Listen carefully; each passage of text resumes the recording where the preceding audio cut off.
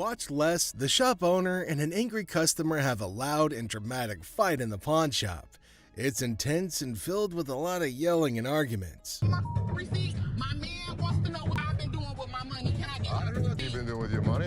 Les hilariously negotiates over home decor, turning it into a Detroit-style showdown of insults and laughs, leaving everyone confused and scratching their heads.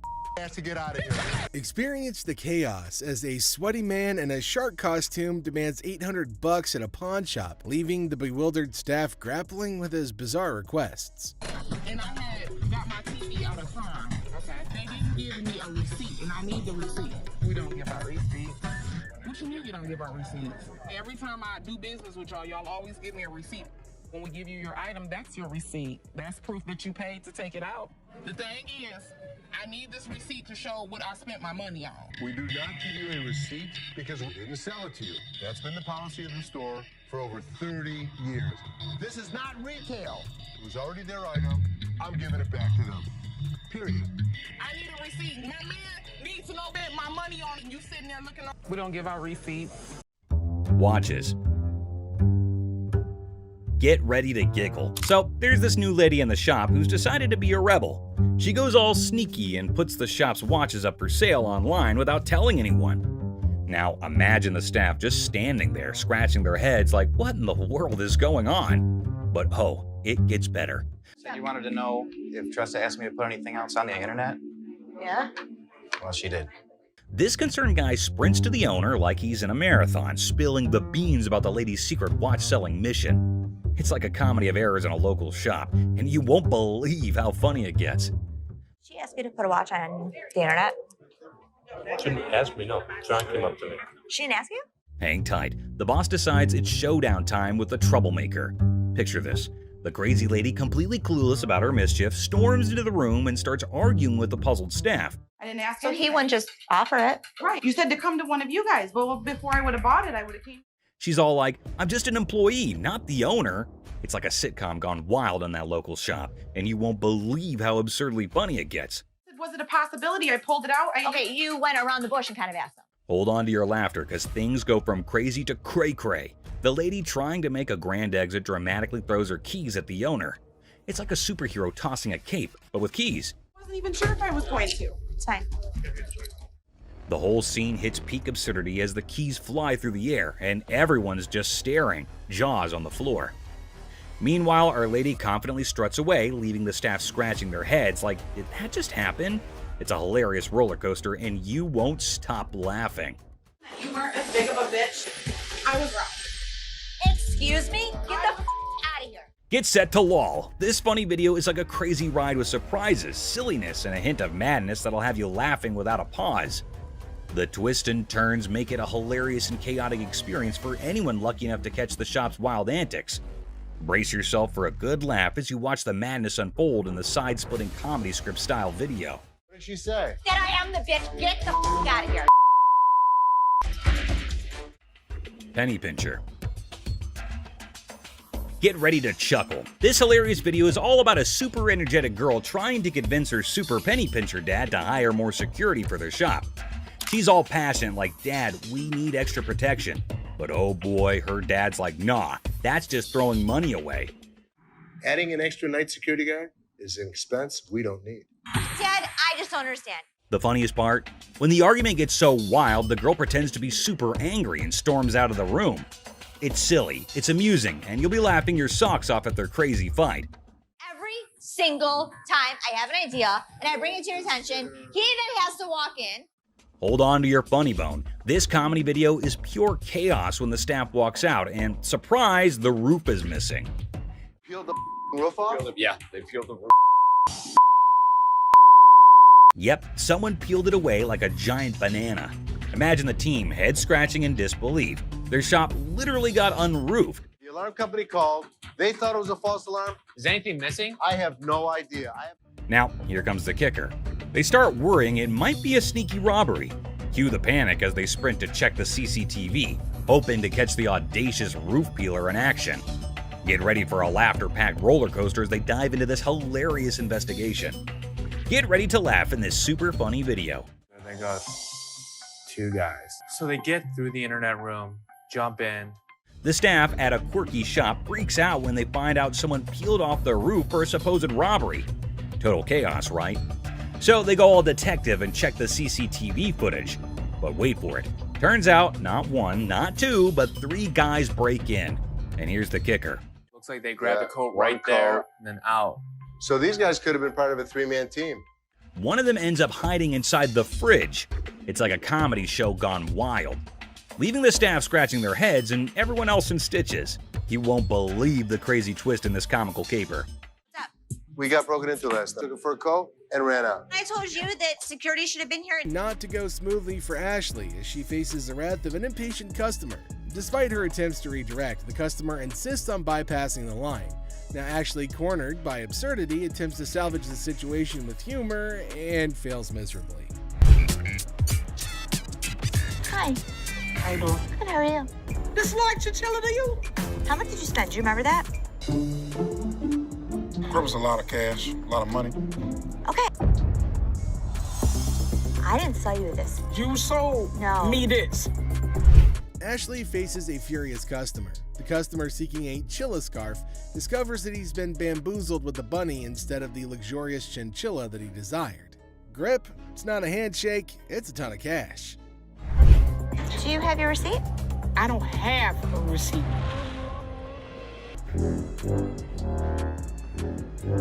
Man, you sold me this bull for real. I ain't leaving here until I get my damn money back. Bunny right there. I wish this bunny would just... See this? Look at it. It's flying through the... As the drama unfolds, Ashley denies the accusation, stating the chilla is actually a bunny. Now the customer's girlfriend confirms the fluff faux pas, tossing the rabbit back.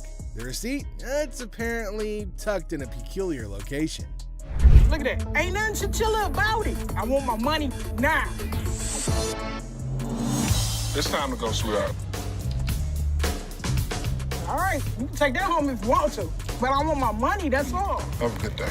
That was nice on you. Whatever, man. Around your neck. That's some old ass. Amidst the chaos, the customer adamantly demands a refund while comparing the bunny to Bugs Bunny. Now Ashley remains unfazed, suggesting the bunny be taken home as a consolation prize, but the customer's not having any of it.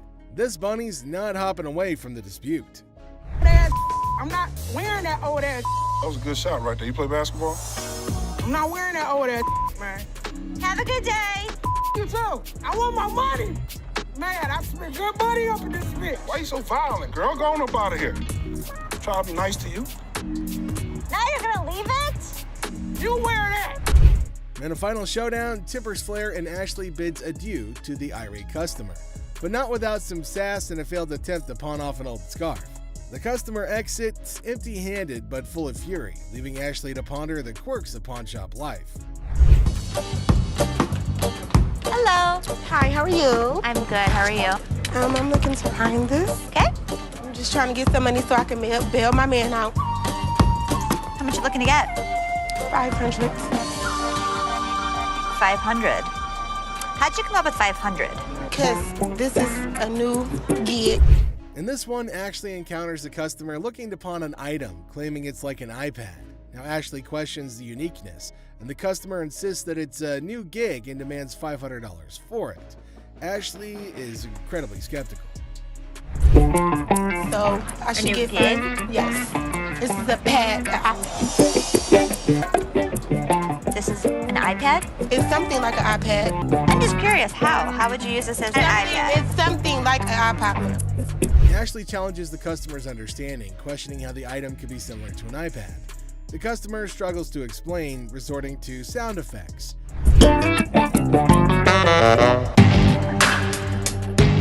You don't know about electronics, so I need somebody else, sweetie. Second of all, you're not going to talk. Where's the manager at? Where's the mother? It's me. So if you want... Who's over you?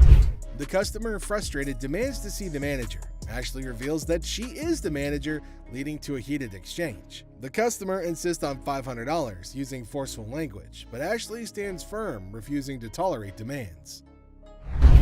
Me? It's somebody that's over you. And you going to give me $500. No, not talking yes, to you me are. like that. You're yes, not. you are. I want $500. So I'm going to ask you to leave. No, I'm not going now, motherfucker. threaten me, you're out. You're not coming back. I don't care if it takes 10 people to escort you out. Sweetie, I will be back with your fat Albert-looking ass, bitch! As tensions rise, the customer becomes more aggressive, threatening and claiming that they won't leave without the desired amount. Now, Ashley remains steadfast, emphasizing that they're not welcome back. The situation escalates, setting the stage for a dramatic exit. In the American jewelry and loan store, strange customers are pretty common. An occurrence. Can I please get my coat? Y'all got it out here on the display. How are you today? Now, here's a wild one. A bold lady insists she owns the monopoly on all things pink, demanding her coat back. Okay. I need my coat. Everybody know in the hood I rock pink. I need my coat. An employee trying to be polite asks for the pawn ticket, but she's not having it, totally convinced that the coat is hers. This lady refuses to listen. Can I get my coat? How long you been going through to change your Can life? I get my coat? Can I get my coat? Right there. Give me my. Then she cranks it up a notch. She calls for security, demanding the store owner. Her coat demands echoed through the place, causing a scene. Byron jumps in like a pro. Despite her loud protests, he shows her the exit, keeping the peace in the store. The owner of the store. Out of my store. I need my coat. Never come in this bitch. There you go. The whole pink coat saga becomes quite the spectacle. Byron managed to toss her out while she kept on screaming for the coat that clearly wasn't hers. No, Coming down, y'all got my up in there. bring me the. I rock pink. I'm a pink bitch. The day kicks off with a grumpy customer claiming his recently bought coat shredded while he was riding. Thing is, he's got no receipt to back up his story. Person. Just bought this coat here about a week ago. Riding down the road and the thing just shreds up. I want my money back. Now, despite having a receipt, this guy thinks that's enough proof, ignoring the store rules. Karen, the staff on the case, stays cool and sticks to the policies. For cash. It's a little beat up to me. Yeah, you're telling me. I'm not very happy. Do you have your receipt? No, isn't this receipt enough? No, it's not. I need a... The customer keeps pushing for a refund on a new coat, but Karen holds her ground, saying you need a legit receipt for any fix. Props to Karen for not letting opportunistic behavior slide. Now, I want my money back, or I want another coat. Can't help you unless you have a receipt. All I want is another coat, or I want my damn... as the talk goes on, it becomes clear. The customer's trying to pull a fast one, hoping to score another coat without proper verification. But Karen sees through it, keeping her cool and not giving in. Him? He got Karen. How about I just take one?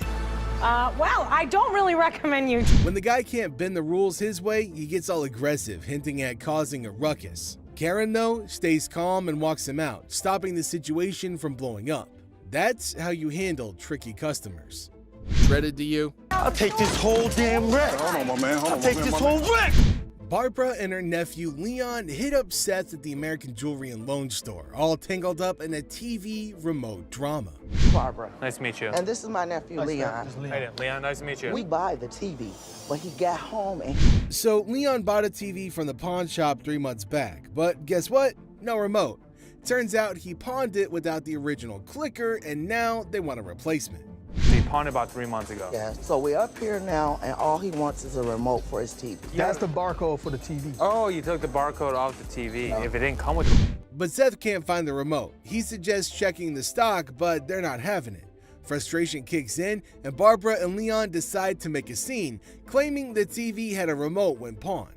Despite Seth's confusion, Barbara insists her nephew deserves a remote. When I rebought my TV, Yeah. it didn't have a remote control. And I Right. know I pawned the TV in with Right. the remote control. Right. So Right. why I don't have it now? He pawned the TV. It was a remote to You wanna it. buy one? So you give my nephew his remote, right? Facing potential chaos, Seth, keeping cool, decides it's time for Barbara and Leon to exit. Security steps in, escorting them out, putting an end to the chaos. Seth throws in a little note about the abundance of remotes in the store and wishes them a nice day. No doubt Seth has tolerance. You got one back there somewhere. I've got lots of them. It's you want back to give there them the remote? somewhere. It's No. back there. Go, yeah, so go back there. Have a nice day. You remote me. Karen's at the store and things get crazy. A lady seems all chill, talking about watches. Sure eye that you want me to pull out? I was kind of looking at some of these watches. Did you see her? But hold up, she suddenly accuses another customer of swiping her invisible phone. Yeah, you heard it right, invisible. Karen, cool as a cucumber, questions the crazy claim. Giver is Byron's Services. Where the hell is my phone? Something wrong? Yeah, my phone. I just let my... Did you take my phone? Take your phone. Turns out no phone was missing. Karen, with a bit of sarcasm, asks if someone took her invisible phone. Drama alert. The innocent customer is just baffled. For Karen. Get the manager. You Calm down. Ma'am, there was no phone in my phone there. The lady, frustrated that her trick failed, goes off. Karen unknowingly adds fuel, mentioning the end of the lady's gangster years. Boom. Emotional explosion. Knowledge of. Yo, y'all better get this lady because I ain't got nothing. Please, yo, listen. Crazy. Trying to chill things out, Karen tells the lady to calm down. The store, once quiet, turns into chaos. Karen's dealing with it, but man, unpredictable customers make it a wild ride. Proves a little too much. Yo, gangster years is over with, baby. Calm down. You ain't gonna need that cane. Go ahead. Karen's handling of the situation. Oof. Man, put the cane down. Chill out. Gangster, calm down. Would you calm down? You ain't that bad. Give me a diver. Oh, man. Man, why you break that, man? I didn't drop it on accident, man. I didn't break it. I thought it was you, man. Oh, that's good. Nice and have that. Where's Nikki? The lady has arrived at the pawn shop saying one of the workers valued her earrings, and now she's just demanding the estimated price. What a mind wreck, I gotta say. Who'd you talk to? Nicole? Over the phone? Yes, But we ma'am. don't see them over the phone. She is lying. Can I see your merchandise while I'm at work and while you're sitting in your living room? You need to come in, you need to evaluate your earrings, we need to test them. Where Nikki at? Nikki. Nicole. Ashley, ever the detective, was in suspicion mode, attempting to dissect the situation. However, the customer's reaction swiftly threw a wrench into her gears. Listen, it's real diamonds. All I know is I need my 400. I'm looking at the diamonds, and I know right off the bat the weight is just not gonna make it. I can do 185. So what you're saying is you're not gonna give me that $400, right? No, I'm not. And you're not gonna come in here demanding money from me. Yes, I am, because that's what I called for. Well, it appears our lady has raised some eyebrows about her sanity. The idea of consulting Nikki to identify this loudmouth was now on the table. Where is bitch at? Excuse me, this is Nikki, and Nikki, she claims she talked to you at 10 o'clock this morning. I don't even know her. I need my money right now. She was very confused, but I know one thing for certain, Nana needed to go. Phone call lady. This one time, an elderly woman disrupted the quiet at the pawn shop with her booming phone conversation. Oh boy! To Ashley, her voice was nothing more than a symphony of annoyance. You ain't supposed to be talking to me like that either. Who the hell you think you talking? Two older folks enter the pawn shop with 1970s computers. They hope to sell them to fund a trip out west. Let's see if they were able to enjoy the blast from the past. Got some equipment here. So how much are you looking for? About $900. To be honest, if you bought these new, it's about like $400. We need more than that. Yeah, we need more money than that. What I can offer you is $0. Things took a sudden turn, and honestly, it felt like we stumbled into some reality TV treat.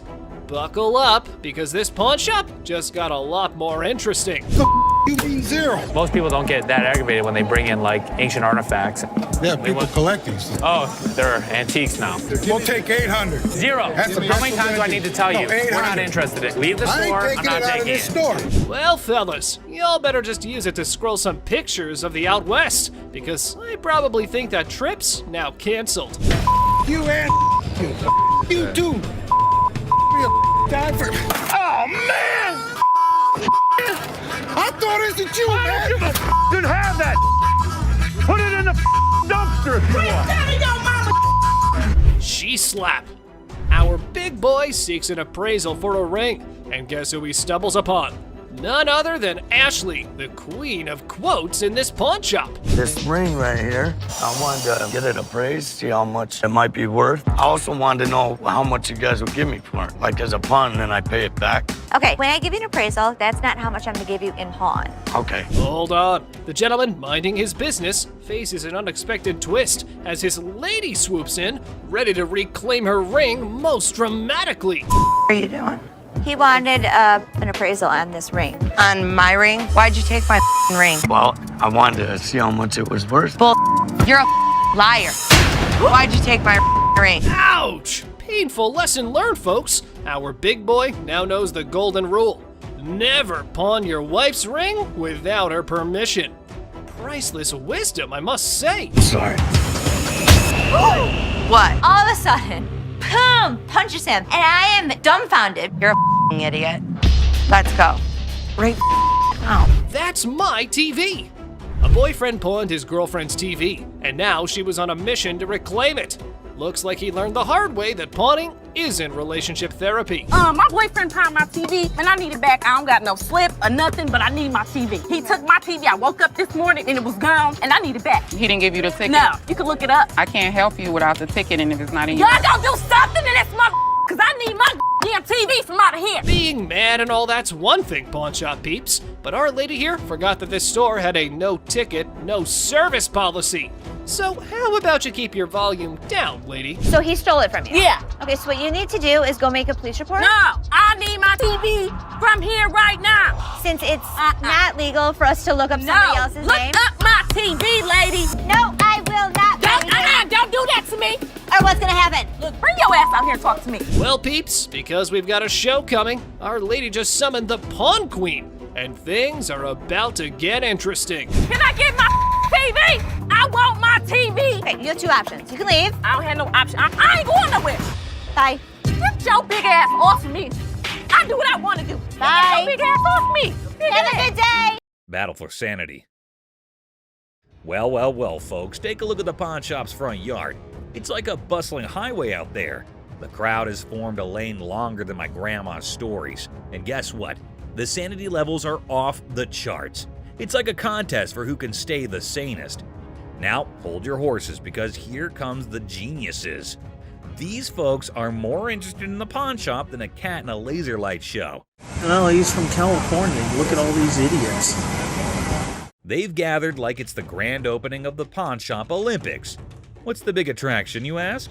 Maybe they're expecting a magic show, or perhaps the pawn shop's secretly giving away free wisdom. Or, here's a wild thought, they're gearing up for a full-scale aggression mission against the poor souls inside. Watch out, world, we've got a pawn shop revolution on our hands. Stay tuned and remember, in the pawn shop chaos, sanity reigns supreme. Good luck, brave souls. That's not. Clueless heist hijinks. Well, howdy there, folks. We've got a Lone Ranger in the pawn shop, sipping on his secret drink like he's the king of mystery. Little does he know, he's the star of a hidden camera show. Talk about being clueless and camera shy. Hold your horses. Looks like our man might be plotting some grand heist, doing his best Sherlock impression. He's scouting the joint, probably trying to find the perfect spot for his not-so-genius plan. But wait, he's still in the game. What on earth is he searching for in the pawn shop? Maybe lost treasure for his car keys? The suspense is killing me. Oh dear, he's now at the other counter. This fella is like a headless chicken wandering around without a purpose. Somebody give him a map or a snack at least. Buckle up, folks. Our wannabe detective just upgraded to a full-blown thief. Watch him waltzing around planning the perfect crime, and bingo! He pulls off a smooth exit, leaving the scene like he just won a game of hide-and-seek. Hold your belly laughs, our genius thief is back on camera, sneakily hiding his loot in his trousers.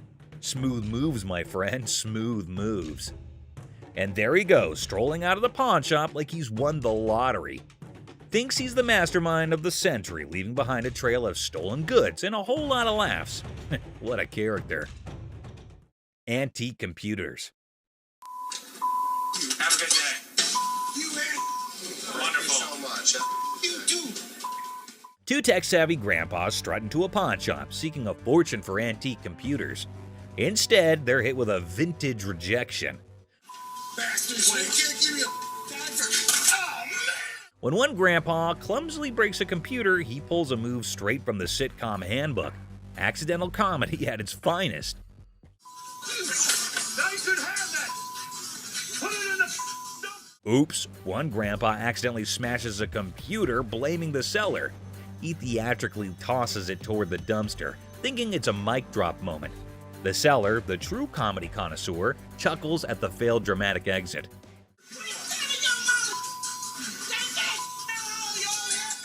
Here comes the queen of sass. A lady emerges roasting the old hillbillies and offering them an A-grade exit.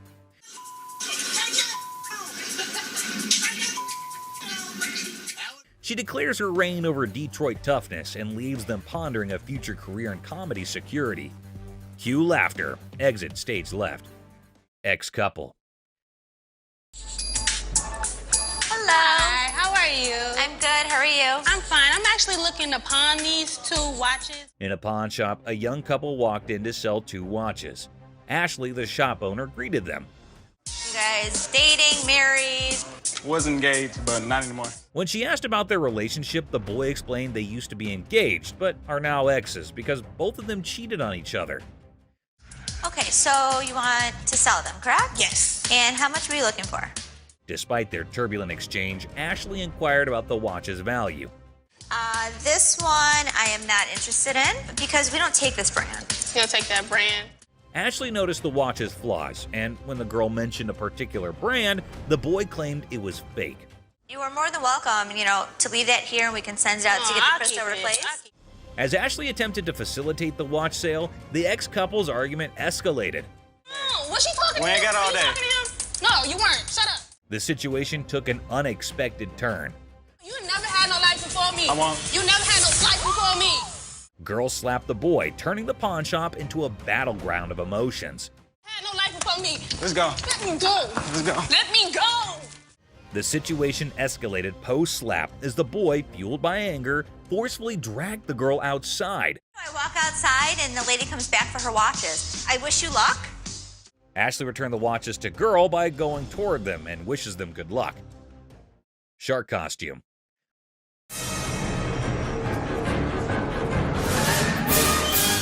A fantastic character, half man, half shark, enters a pawn shop. Yeah, I'm a professional mascot during the daytime. At night, I'm a dancer. Claiming to be a daytime mascot and a nighttime dance sensation. $800, that's all I want. This guy is so bizarre. Les, skeptical, questions the shark man about his $900 financial request, leaving the room stunned.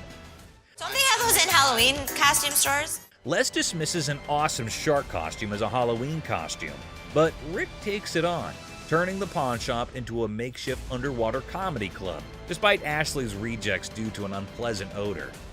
See? It works. $800. Les, a pawn shop owner, is captivated by a customer who demands $800. You're missing a speeder. Oh my God. But when he reveals his naked self, Les's jaw drops. Hey, where's Ashley going with the naked guy? Tom, between amusement and disbelief, Les performs the quickest eviction in pawn shop history, leaving the customer high and dry. Ching Chong TV. Girlfriend's about to fly back home without me. I have no money. It's the only way I'm gonna be able to go. Right. I want $200 for it. 200 for that? A hat-wearing kid strolls into a pawn shop, hoping to score $200 for his TV. The seller, feeling frugal, counters with a generous $15. What brand is that? Ching Chong. The boy, trying to lighten the mood, drops a Ching Chong brand joke, turning a place into a comedy club for skeptical sellers. 200 for that? Yeah, never gonna happen. 13-inch TVs, I sell them for $15. Our persistent TV peddler keeps pushing for more cash for his 13-inch Marvel, but the savvy seller sticks to his guns at $15. Come on, please. I don't want to get stuck in a tray. The boy, desperate to impress his TV-loving girlfriend, gets sadder than a clown without his makeup. Girlfriend's about to fly back home without me. I have no money. It's the only way I'm gonna be able to go. Right. I want $200 for it. 200 for that?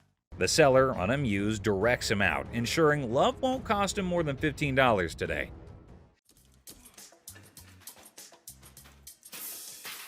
In a fit of frustration, our TV tosser storms out, giving the shop a kicking and throwing his TV into a dumpster like it's a basketball shot gone wrong.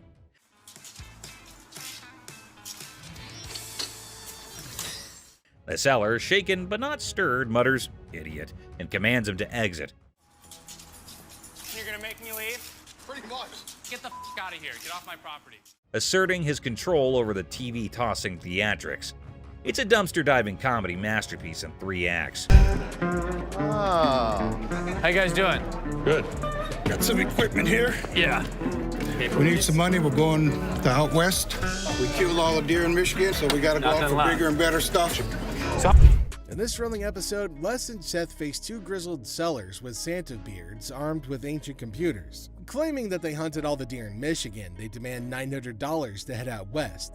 Les, skeptical and slightly amused, offers a resounding 0, much to their disbelief. I thought that they were kidding. The last time I saw one of these computers was in the 80s. To be honest, if you, what I can offer you is around here, there's no way we're gonna be able to help this guy out. The sellers persist, insisting on 800, but Les holds firm at 0, triggering their rage. Unfazed, Les declares their items as mere ancient artifacts. Now these guys storm out in disbelief, leaving Les to reflect on the Detroit rock scene, mentioning ZZ Top's enduring presence.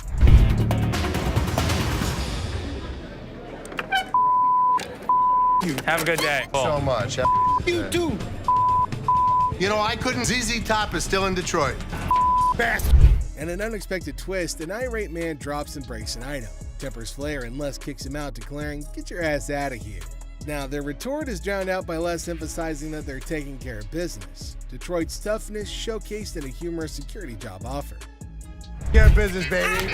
So, if you need security job, you come and see us. People in Detroit are tough. She showed them. Ah, you people! Wrapping up the chaos, Les confidently asserts that was taking care of business, baby. Now he cheekily invites anyone needing security in Detroit to come their way. The scene ends with Les asserting Detroit's toughness, leaving us all entertained and maybe questioning our own security needs. How you doing today? Man, hey, man, I got a problem with this guy down there. He talking about he want to take these golf clubs because they spoiling. This is Spoiling? Yeah, man. What does that mean? I just seen somebody else bring some golf clubs. These are Spalding, and we don't really necessarily take Spalding. Les encounters a seller who's eager to pawn off his golf set. Now the seller insists that they're gold clothes, which Les corrects as Spalding, not spoiling. Les explains they don't usually take golf clubs, sparking confusion about the brand. What did you want for them? At least 150. I can go $10. $10 for all these clubs? All of them. Dad, let me see a manager, man. Hello? Let me see a manager. That don't make no sense. I'm a manager. You're not no manager, man. This is Joe, the manager. Who, him? You're not gonna give me no crackhead price. No.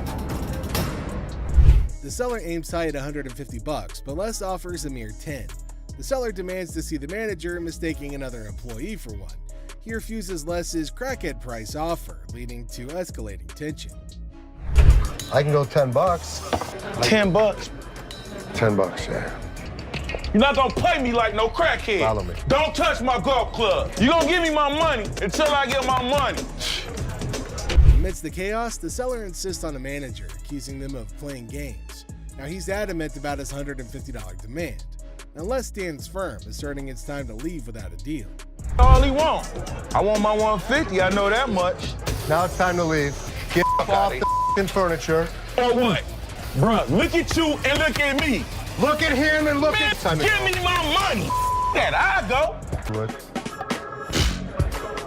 The seller refuses to budge until he gets his $150. Threats fly and Les maintains his stance. The situation escalates as the seller refuses to leave empty-handed, disregarding warnings. And look at the size of me, but you know what? At the end of the day, I ain't scared of nobody. You walk behind me for, cuz? He didn't know anything about golf clubs. What he did know is how to get thrown out of a pawn shop. In the end, the seller's bluster achieves nothing. He exits the shop, defeated and empty-handed. Les reflects humorously on the seller's lack of golf knowledge, but knack for getting ejected from pawn shops. Another day, another bizarre encounter in the pawn world. Seth the dealer greets a man approaching with an earring emergency because his little red Corvette broke down. Classic. Seth, in awe, asks who he is, but the man's response? A mystery. Well, I guess it's time to cue the Prince theme music. Now you're just, now it makes sense. Being a I am being a yeah, well, because you brought in a fake. The truth hits hard like a guitar riff. It's an imitation earring. Seth throws some shade, calling it imitation Prince. The man's defense? Priceless. Seth's patience wanes as the man's excuses fall flat. Comedy? Pure gold. Exactly. Tolerate fake items, bids farewell with a sprinkle of Prince references. The man exits, but the drama's not over yet. Seth senses some mischief brewing. As the man leaves, Seth's parting words, a cheeky purple rain nod. Another day at the pawn shop, folks. Now, if you can't help me, bitch, get someone else that can. Do I need to get loud? What you do that for? You punk asshole, bitch! Watch your punk asshole! You playing my man? Hey, what that electronics at, man? Let's see what you I ran got. out of gas in the damn parking lot. It doesn't matter how much it costs, man. I just need $150. 30. I want my 150, please. 35. I really don't need nobody. Just gonna be me. Let's go, bro. Things get heated really quickly. Hey, nah. This man, get off me. Think I'm playing with y'all? There you go, a little bit Man, put. y'all. I want y'all to help me out, man. Turn right. I can. In this lively scene, Ashley, a pawn shop dealer, encounters a customer seeking to pawn an item. With a comical twist, the customer explains her predicament, having lost all of her money at the casino and now seeking to pawn her car seat, albeit without its base. She hilariously demands assistance, unaware of the impossibility of the situation. Too heavy to carry. I need the base. Ashley is unable to help her. Have to have the base for it. I know how a car seat goes. Properly? Can you get someone else? Where's the manager? Me. Do you have a supervisor? Me. So I can't take it in pawn. You Georgia Peach looking mother. Now, if you can't help me, bitch, get someone else that can. This customer constantly, persistently pleads for help, emphasizing her dilemma. Now, despite her persistence, Ashley can't comply due to the missing base. The customer's escalating frustration leads to demands for a manager or supervisor, but to no avail. Tensions begin to rise as the customer insults Ashley, resulting in security intervention. To have the base for it. I know how a car seat goes. Can you Properly? get someone else? Where's the manager? Me. Do you have a supervisor? Me. So I can't take it in pawn. You Georgia Peach looking mother. Now, if you can't help me, bitch, get someone else that can. Need you to take my car seat. Give me my mother car seat. I'm not going nowhere. Let me go!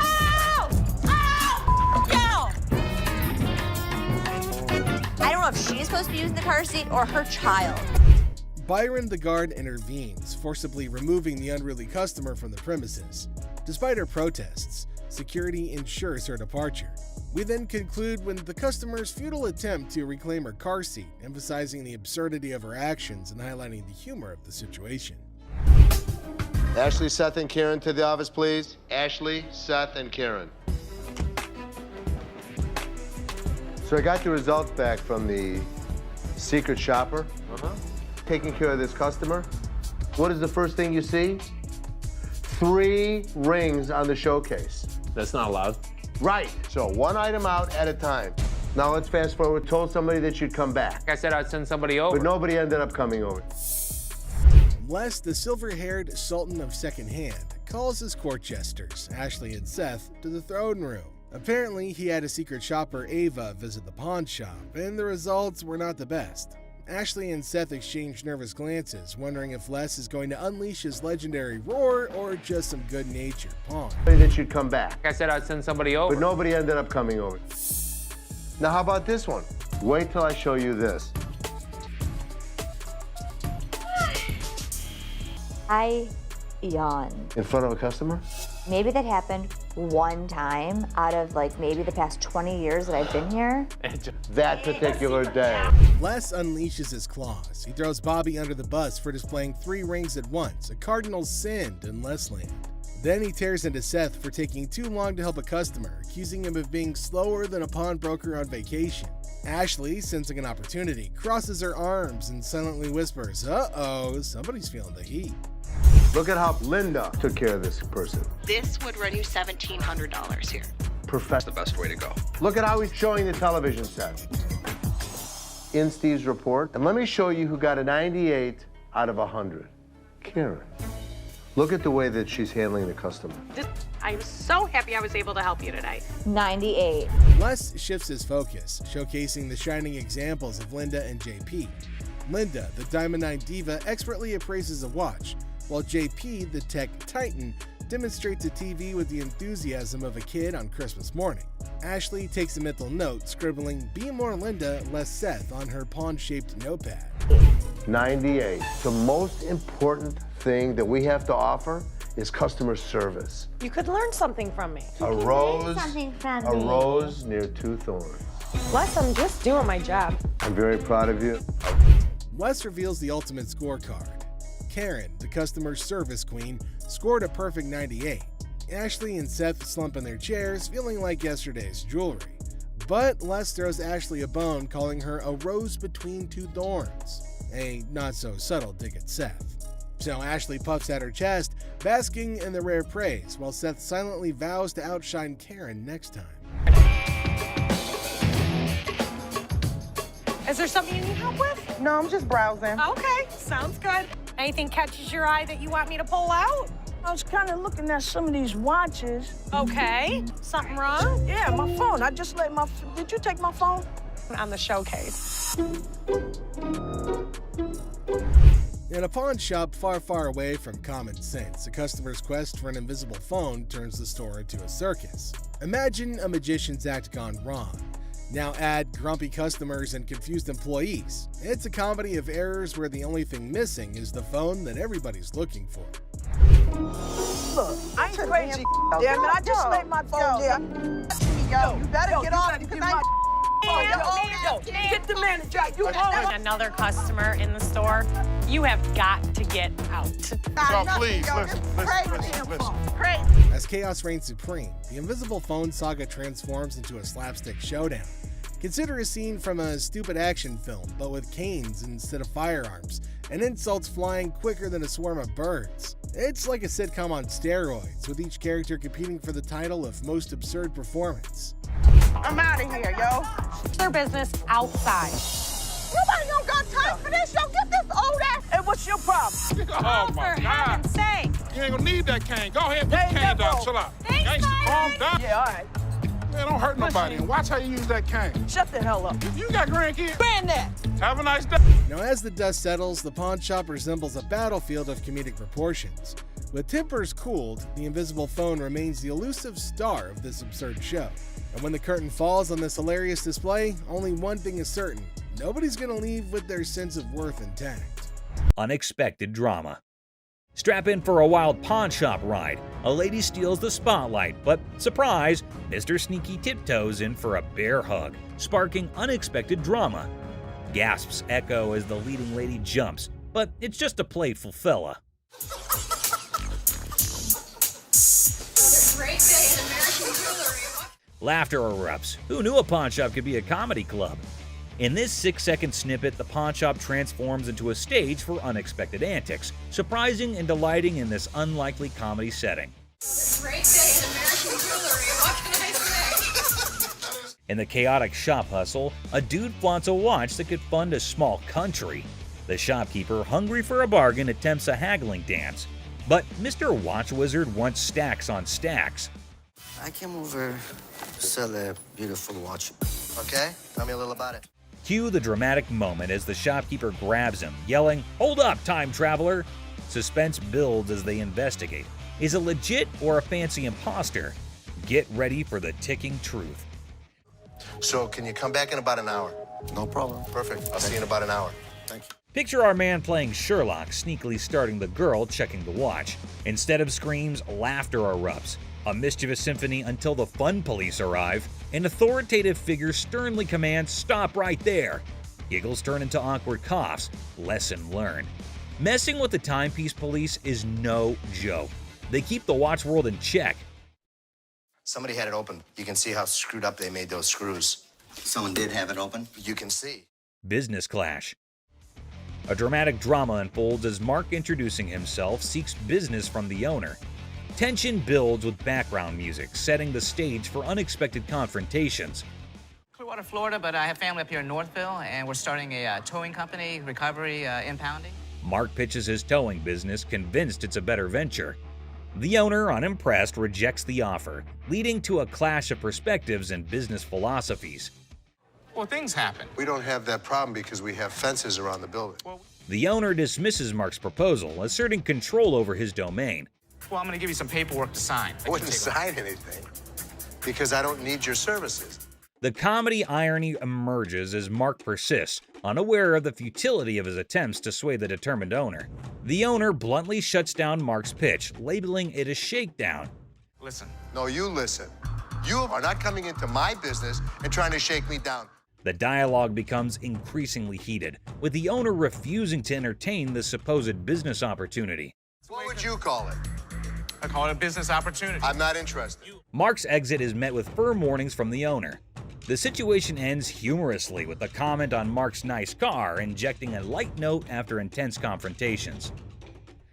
I'll be back. If I were you, I wouldn't come back. Whatever. The gym brawl. So, watch this hulking bodybuilder guy, all muscles and bravado, strutting into a pawn shop with this wrecked workout thing that looked like it went through a blender. He was like a peacock on protein, thinking he set up a magic muscle worm. The shopkeeper, a guy with a face as serious as a freshly waxed dumbbell, raised an eyebrow at the smashed-up widget on the counter. Hey man, I need to talk to somebody about this. This piece of junk I bought in here just a couple days ago don't work now, it's broken. Check out this masterpiece, our bodybuilder buddy declared, pointing dramatically at his broken workout thing. It's so messed up. I swear it's doing reverse squats by itself. The shopkeeper, squinting at the wreckage, deadpanned. Reverse squats, huh? Must be the newest gym craze. This thing obviously couldn't handle what I was doing on it, so 2 days later it don't even work, so. But our muscle hero was not giving up. Leaning over the counter, he claimed, "I want my money back." How about you just get my money, and then we won't have any more problems with this, but I need my money back. This thing's more of a comedy show than a workout. The shopkeeper, trying not to crack a smile, said, "Well, it's a one-of-a-kind piece, guaranteed to break the ice at any gym." Or what? Or what? There's gonna be a problem. How about what that? kind of problem is there going to be? Oh no, that's like a WWE scene. Our bodybuilder flexed his words and shoved the shopkeeper. "Give me my money or I'll turn you into a cardio machine for a month." And just like that, the pawn shop turned into a wrestling ring. Don't touch. Come on, come on, man, let's go. The shopkeeper, unexpectedly nimble, fought back and chaos replaced. It was like two sumo wrestlers battling for the last protein bar. Trying to play hero, two guards materialized out of thin air. They grabbed our bodybuilder and his busted gear, dragging them out. We got you. Bring a few more. All we need is bring all y'all out. Our muscle dude flailed around, still demanding his refund like a sad, deflated balloon. The pawn shop went back to normal. That's it, my man. Bring a few more. There's your machine, buddy. The art of negotiation. So let's see this guy walking into a pawn shop, allowing him to be the next big art dealer with a painting put away under his arm. He's giving off major, "I'm gonna hit the jackpot" vibes. The shopkeeper, with a sneaky grace of a cat burglar, checks out the painting like it's the Mona Lisa 2.0. Our confident guy also spins this wild tale about how the painting formerly belonged to Napoleon's pet goldfish, or some other crazy story. So what you got? I've got a painting from Peter Max. An original painting? Well, I got into a silent auction. The shopkeeper, poker-faced like a pro, goes, intriguing. You can virtually see dollar signs in his eyes as he dreams of making a fortune. Now comes the big moment. Confident guy bravely says, "I want $3,000 for this masterpiece." Let's see if she can close a deal. Yeah, what is the bottom line? 3,000. No way. The shopkeeper, still all mysterious and cool, smirks and says, "I can do 1,500, or you can hit the road." 1,500 and we got a deal. It's like a Western showdown, but with money instead of guns. It's a take-it-or-leave-it situation. The confident guy, looking a bit less sure of himself, decides to pull a classic move, pretending to discuss it with his imaginary art expert friend. Maybe it's an unnoticeable chum with an art degree. While our hero is deep in discussion with his invisible art critic, the shopkeeper, beaming like a Cheshire cat, decides to up the figure. I know there's a market for it. So $1,500 I think is pretty good. They need to take the money and run. He counts out $1,500, slams it on the counter as if to say, "Take the cash and run, chum," or say farewell to the deal of a lifetime. 1,500. All right. In the end, the confident guy, now looking further confused than confident, grabs the cash and virtually sprints out of the shop. And that is how a pawn shop turned into a comedy stage, starring Mr. Confident, the mysterious shopkeeper, and an oil with a Napoleon connected goldfish. Art, my friends, might be priceless, or at least worth $1,500. Peter Max. Seat showdown comedy. In a strange pawn shop turned into an airplane seat sale, things got wild when a gutsy and unusual woman decided to turn the whole event into a comedy show. Picture her like a sneaky cat strolling over to a chair and ignoring the "don't sit" sign as if it were garbage. It was as if your rebellious grandma suddenly took center stage, tossing caution and posters to the wind.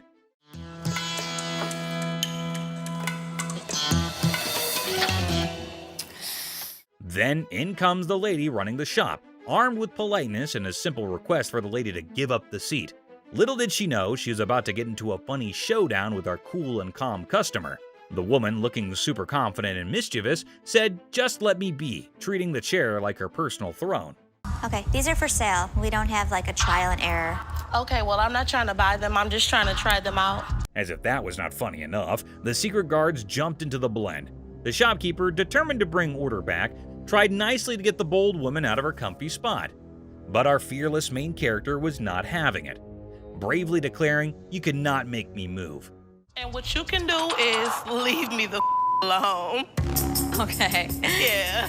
Then comes the guard trying to lift her off the seat. Suddenly, there's a big scene. The woman, now a pro at making a show, indicted the guard of bothering her and indeed threw in the surprise of claiming it was sexual harassment. The pawn shop turned into a stage for a solo performance, with our main character making up the script on the spot. No, thank you. You No, you can get your hand off. Get your hands off of me. Get your hands off. But the comedy did not stop there. Wanting to leave with a bang, our leading lady dramatically fell to the bottom, blaming the confused guard for pushing her. The shop, once a place for buying and selling, turned into a theater for a funny play where reality and silliness conflicted in the most hilarious way. Girl, You pushed me. What? I didn't touch. Did I touch you? And just like that, the woman in the pawn shop left everyone. Guard, shopkeeper, and onlookers scratching their heads, wondering if they had just witnessed the craziest pawn shop show ever. I'm not going anywhere. Do whatever you want. And we can have a staring contest. Joe Sofa Saga. In a pawn shop full of weird and wonderful things, a guy named Joe was on a mission for the perfect SETI. The man was on a tight budget, but his bullishness was as high as his hopes of chancing a hidden treasure among the fine furniture. Well, here's the deal. I just moved from New Jersey, my wife and I. We just bought a house, and she sent me here. She said, "See what you can pick up." Perfect. Let's find some. He spotted a couch that looked like it had been through a lot. The man with a hopeful look asked the shopkeeper if they could clean it before he bought it. Little did the man know, this couch had a history. Spills, stains, and all sorts of weird stuff. The shopkeeper, trying not to burst into laughter, convinced the man it was a great deal without mentioning the hidden surprises. So inexpensive, right? Really? Yeah. I gotta tell you, man, that's nasty. Not giving up, the man confidently sat on the couch, comparing the dirt on it to his shoes. I'll tell you what, my shoes are cleaner than this couch. Then don't buy it. With a serious face, he said, "I'm pretty sure my shoes are cleaner than this thing." He even tried to make a deal, $200 for the not-so-great couch. $397.77. Really? Well, I only got $200. It was a deal only Joe could find reasonable in the world of craziness. The real laughter started when this man, without thinking much, joked that if the couch were the shopkeeper's daughter, she must be a nasty one. The line between funny and awkward was getting blurry. We had a reupholster and I gave it to Ashley. Is that right? Yeah. Is that your daughter? That's my daughter. She must be nasty, too. Out of the blue, a guard, called in by the offended shopkeeper, rushed in like a superhero. Joe was lifted off the couch and thrown out of the store, leaving everyone laughing. Yeah. Walk out. Walk out, my man. The pawn shop adventure had ended, but the story of Joe and the not-so-clean couch was sure to be a tale told with giggles and grins for years to come. Yes, sir. I'll go someplace else. That's the dirty D right there, baby. Comic pawn shop confrontation. Okay, a man is coming towards the shop. Wait, what? Is he coming to have something from the pawn shop? The man asking about her daughter means how creepy it is. Hello. I need to pick up some stuff from my daughter. Is it in pawn? Yes, ma'am. Laughter begins. Everyone around is intrigued to know what had happened to this man. Oh, another man entered into the argument. Let's see what would happen. Man accusing the shop owners of stealing. How crazy this man is, constantly accusing them of being thieves. No, I want the stuff. Yeah, but without the ticket, we can't give it to you. The man is constantly infuriating them and sees he has come out the carbon. Who knows what will be the end of this nonsense fight? Oh, they're about to have the piercing argument. I'm here, I want the stuff now. And what's he gonna do? The man called the guard to throw him out, but see, the man is not in control. He is constantly arguing and challenging them without knowing the fact of the danger he's really in. Oh God, he's challenging the massive guard. The guard stopped him and said, "Don't touch me," but the man was not understanding. Hey, I ain't scared of him. Is he serious? Calling his death to come earlier. The guard, in his fur, sent the man out. The really funny moment for all because the stupid man in his arguments really put him into account. Hey, you can't get. Hey, I want my stuff. I tell you what, big boy. Hey, what's going on? Hey, man, it's a nice refrigerator. Get the out of here. Come on, refrigerator. You stupid.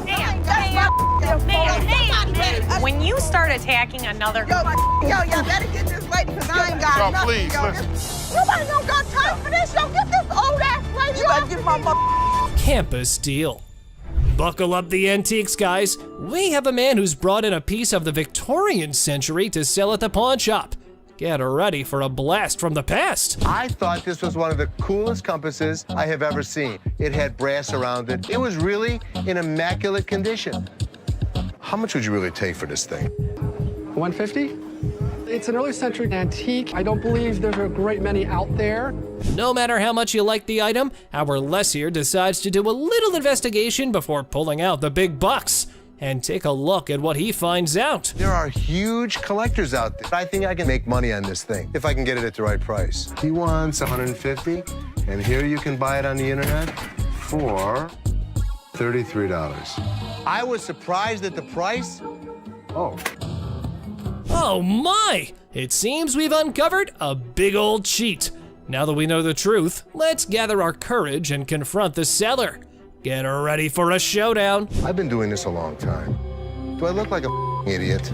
No. How much you have it listed for on the internet? Don't think we're stupid. I understand. Come on. No, you don't. Because it's very rare that I get fooled. Here's the way it works. Take your compass and get your ass out of my store. Refrigerator. Well. Guess what we stumbled upon? A person. Yeah, a real-life human being lurking inside a refrigerator. Now that's one way to stay cool in a store. What the are you doing? I was checking out this refrigerator. I've heard of this situation happening before. People hiding in trunks, in suitcases, in cabinets. They wait until the store closes and then they rob the place. Our fella takes refrigerator admiration to the next level by boldly sitting inside. Talk about being a big Ice Age fan. Just cut to the chase, man. You gonna buy it? I was thinking about buying it. Don't you normally check it out by looking at it, not testing it out? Sometimes. What are we gonna do, rob us? This mother is not getting away with it. Not here. Get ready, everyone. An exciting scene unfolded when the store owners confronted a potential thief. What an electrifying clash we're about to witness. Come on, man. You kind of remind me of like a crackhead Snoop Doggy Dogg. Tell you right now, you take another step, it's gonna be your last step walking. Were you gonna stay in there all night, come out in the night? What if this guy is part of a bigger team? I'm worried. I need to figure out a solution and talk to my dad. Fake diamonds. This thrilling episode of Hardcore Pawn features a woman claiming her niece gifted her some earrings from their store. Oh, let the drama begin.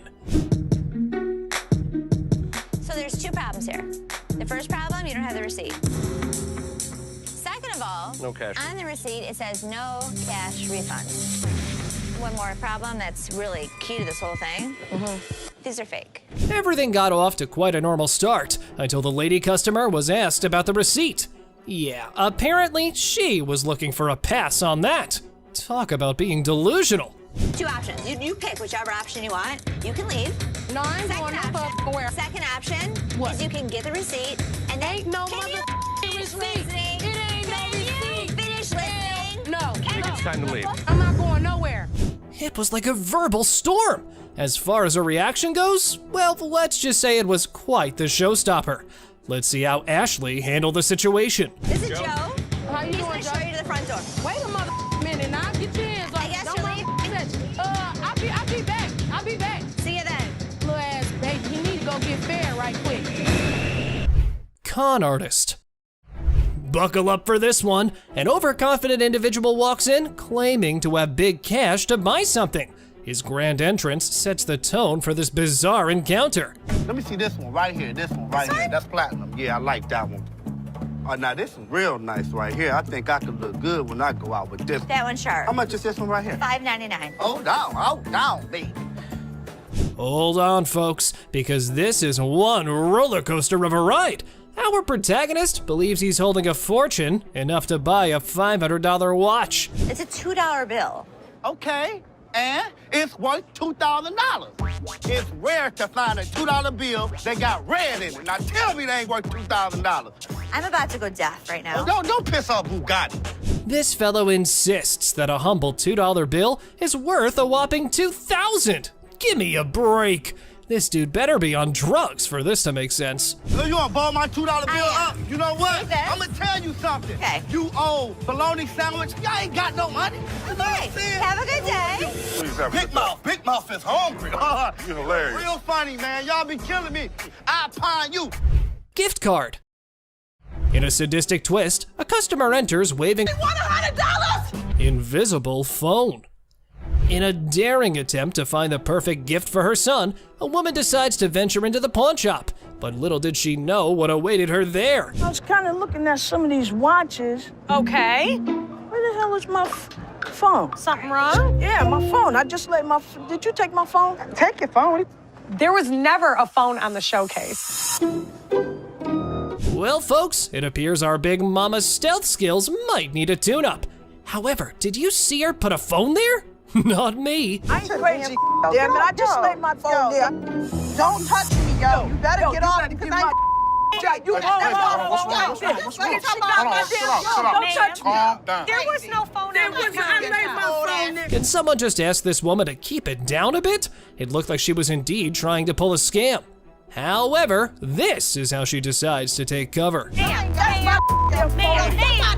When you start attacking another customer in the store, you have got to get out.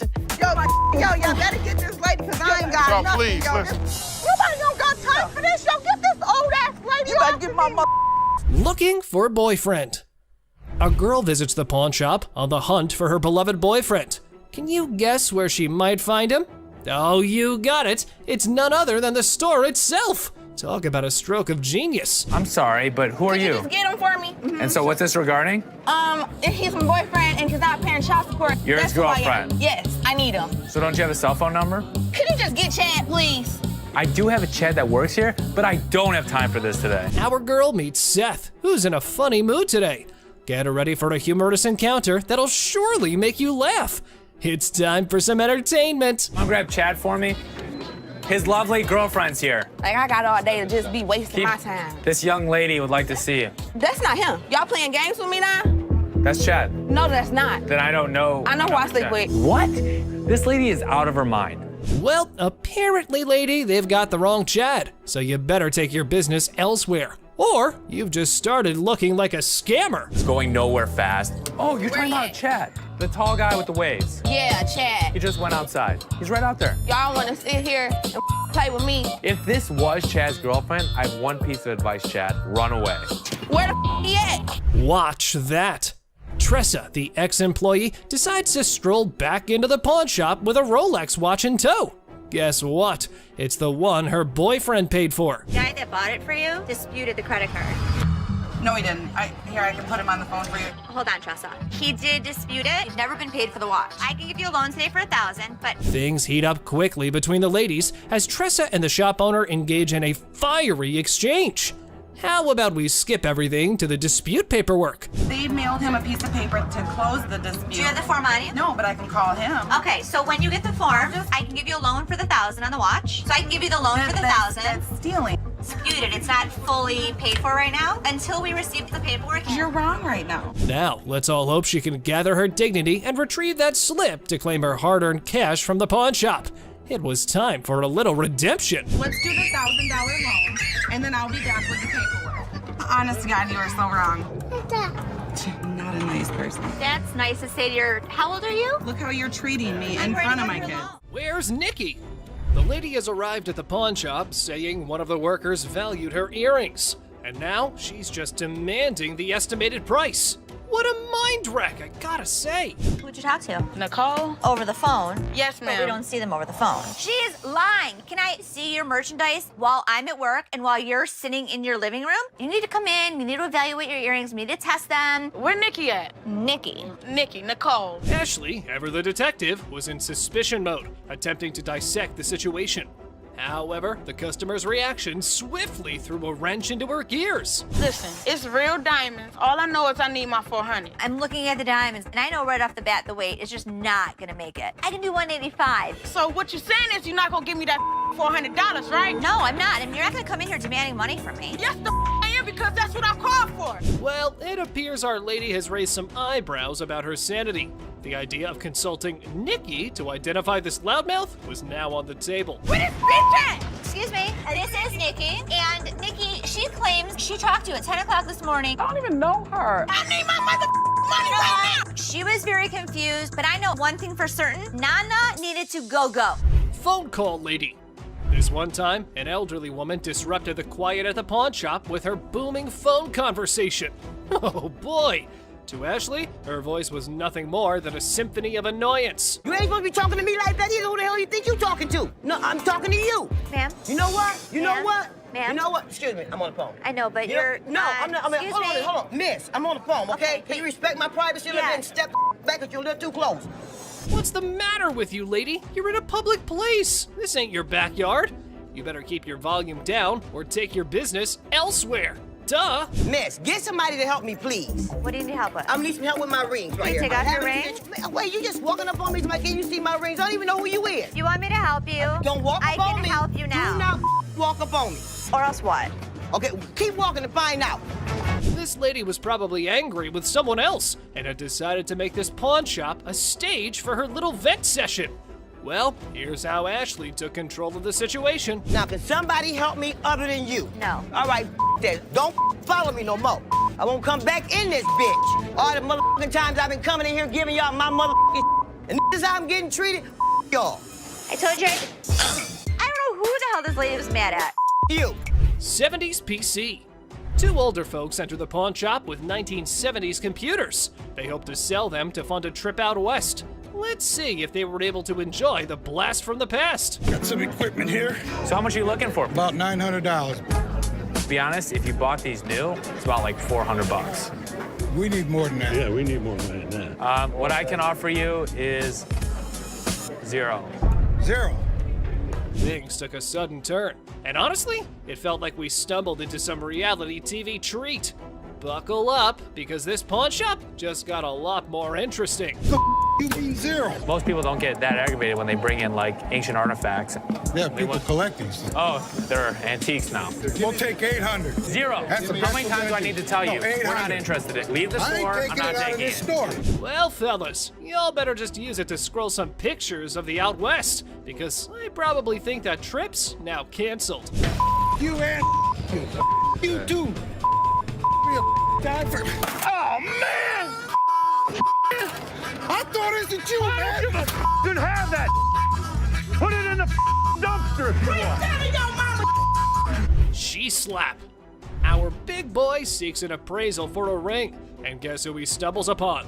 None other than Ashley, the queen of quotes in this pawn shop. This ring right here, I wanted to get it appraised, see how much it might be worth. I also wanted to know how much you guys would give me for it, like as a pawn, and then I pay it back. Okay, when I give you an appraisal, that's not how much I'm gonna give you in pawn. Okay. Hold on. The gentleman minding his business faces an unexpected twist as his lady swoops in, ready to reclaim her ring most dramatically. What are you doing? He wanted an appraisal on this ring. On my ring? Why'd you take my ring? Well, I wanted to see how much it was worth. Bull. You're a liar. Why'd you take my ring. Ouch! Painful lesson learned, folks. Our big boy now knows the golden rule. Never pawn your wife's ring without her permission. Priceless wisdom, I must say. Sorry. What? All of a sudden, boom, punches him, and I am dumbfounded. You're a f***ing idiot. Let's go. Right now. That's my TV. A boyfriend pawned his girlfriend's TV, and now she was on a mission to reclaim it.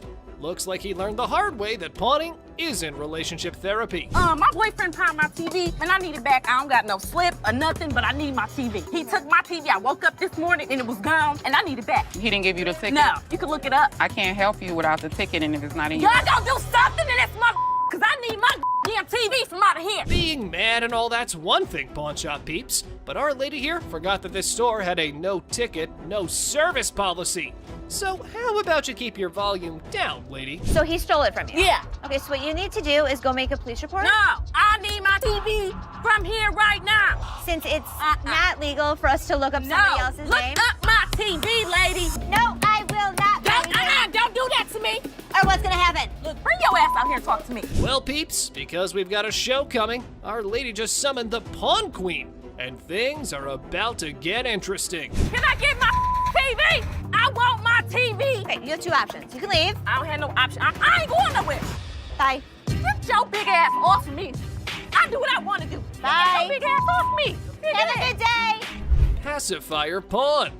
Seth, our pawn shop hero, encounters quite the character of a customer eager to part with both a TV and a ring. But wait, what's in her mouth? I'm Seth. Are you cute? Yeah. So how can I help you? I'm just bringing, my TV and my ring. Trying to at least walk out with 800. Let me see your ring. That's right, lady. Our Seth here wasn't going to crack open with that pacifier or your flirting skills. How about we cut to the chase and look at the valuables? Her ring was pretty nice. It has diamonds. It's 10 karat gold. Her TV was relatively nice. You just answer my question. I said what you wanted. I know, I said I'm good. So, you need a loan or you want to sell it? Loan. Loan? About $300. You want to taste my ring? No. Or lick it? What did she just say? Well, even if the sun rises from the west, I ain't putting that in my mouth. How about we look for someone who might? Would you suck on that pacifier for 20 bucks? You can lick it. I know you want to. Yeah, you. Ready?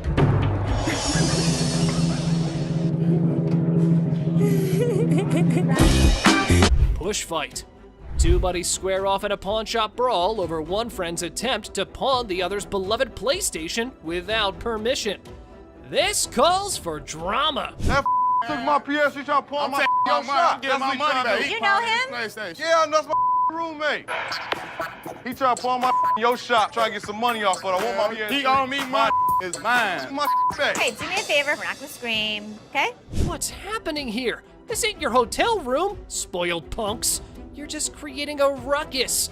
Y'all better watch that tone and listen to the pawn majesty. Angelo Steve, is that his? This between, yes or no? I mean, we just trying to handle it ourselves. That's fine. Steve, I'm gonna ask you one more time. Is it Angelo's or yours? It used to be his. Okay. He owe me money. What I supposed Steve? to do? My Pay all bills. my coming You on ain't this. saying tell you what I'm gonna do I got with sent it. all my I'll tell you what I'm gonna do. All right, guys, you probably want to take your business outside because there are some customers here who are not in a mood to listen to your story. Come take Can I see it? Come with me.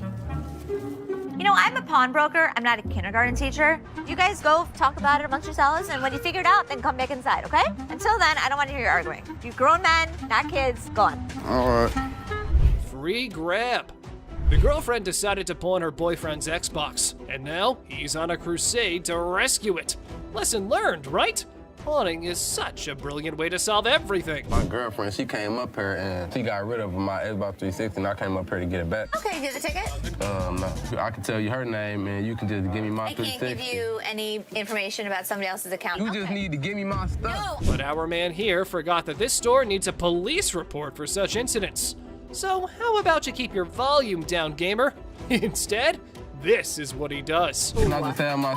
We can sell you another one. Well, let me just look for one that I want to grab. Okay, you go that way. Wait, right Hey, what here. up 360 there, And bro? I'll sell you one. Stop right here. No, ain't no And I'll selling. sell you one for $200. No, I can grab one for free. Excuse me? Yeah, you can heard. do what? What in the world was this dude thinking? He was running around like it was a jogging park. But hold on to your seats. Big Joe was here for a run too. Hey! Get out of here. Get the out. Now. All right, now.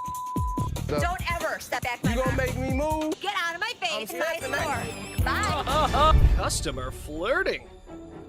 Imagine you're ready to pawn that chain, right?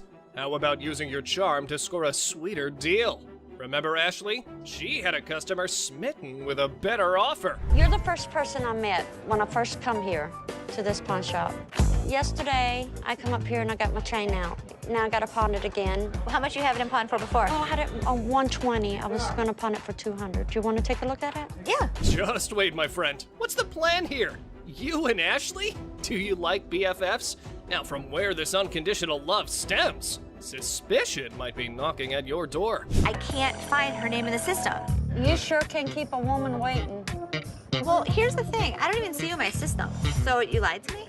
I do like you. No, you lied. I adore you. I appreciate would not that. lie to you. Whoa, that confession strategy is next level. But hey, reality is the ultimate plot twist, right? Plans in our heads versus the real-time remix don't always sync up. How much did you get on this? I get last time 120. Okay. I'll give you 130. Okay. All right, step on over. I think I've got a customer for life. It's good to see you. Nice to see you. 700 cockroaches. No shiny metal, no problem. Time for a quirky twist. Snag those cockroaches and hit the pawn spot down the alley. Who knew creepy crawlies could be the new currency? Hold the phone, folks. His eerie charm's catching on. They are Madagascar hissing cockroaches. Oh! Ew! Ew! Ew! Ew! Did you want to see one? No! Close it! Yeah, those gross goodies. He's got his sneaky secrets for that oddball offering. I was using them to feed my Savannah monitors. That is disgusting. How many do you have? If you pick one of these up, they're actually heavy because there's so many of them in there. I really do believe you. Seriously, bro, we're talking $1 a pop. Those things are tough to sell, even as giveaways.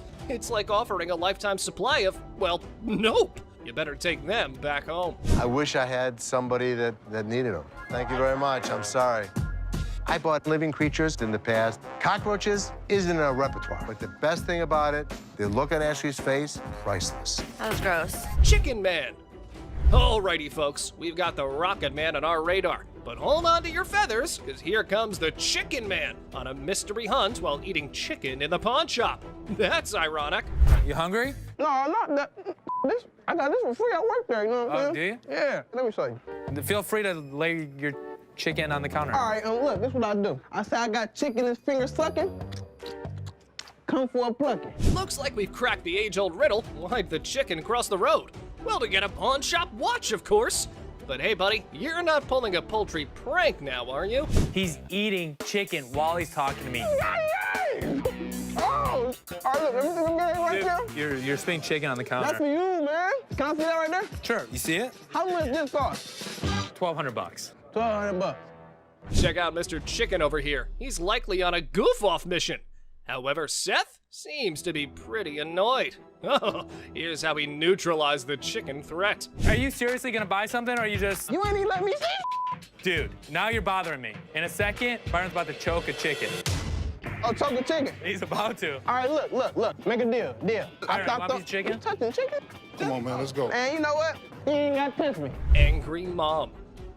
This mama's boy strolls into the store, peddling his speaker. Seth's deal? Not winning any gold stars. Looks like our dude here is stuck in a pickle. I got a speaker. You got multiple speakers. And we $150 short, so I'm hoping you guys can help us out. Realistically, I could sell you them for about $100. So what you trying to give me for this? I want 150. What you selling trying it or pawning it? Selling it. $45. Mr. Black, you're in for an offer based on your goods. Just a heads up, though, his chat game with Seth could ruffle more scratches than a ticklish itch. So I can get you $45. Nah, I don't need these mother. They won't give me what I want. You came in, you want $150. Damn. What? Mama, you You don't talk like that in front of these people. I done raised you better than that. Now you apologize. I'm taking my speaker. What? Oh, Yes, preach it, mama. Time for a lesson or two. Junior needs a masterclass in manners. Let's dial up an apology for his bad language. I can't take you nowhere. It's the whole city without you boys. What do I pay you guys for? I'm hiring her. I can't take you nowhere. I hope this kid learned his lesson. Ryan, don't hit me no more. Get in the car. Okay. Minute paint. Take a breath, people. We've got an artist in the house waving the pro flag and live painting. He's gonna whip up a masterpiece before the big boss, Les. Tell me about your clothes. Well, this is all happenstance from what I do. I'm an artist. I do these paintings, and I do them live. What does that mean? He paints a 4-foot by 5-foot painting in basically 4.5 to 10 minutes. Whoa, talk about a high-stakes showdown. This show's seen more tricks than a magician's hat. No crystal ball here. Let's buckle up and watch the masterpiece unfold. Go!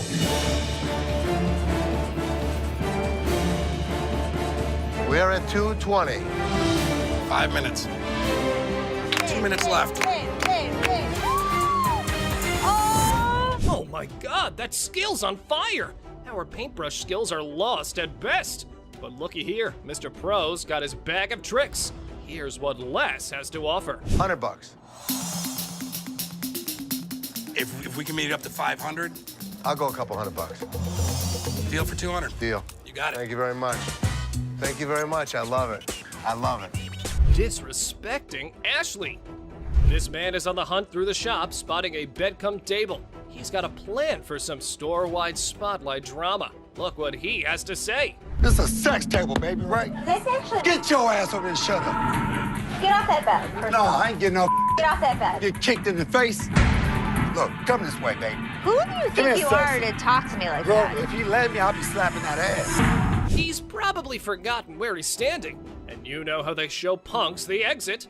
Well, Les ain't having any of it. He's diving in for some sense talk. You're talking to, brother. Back up. Take my ass out of here. Really? You don't think so? Here's the way it's gonna work. You don't disrespect my daughter in my store. Get the out of here.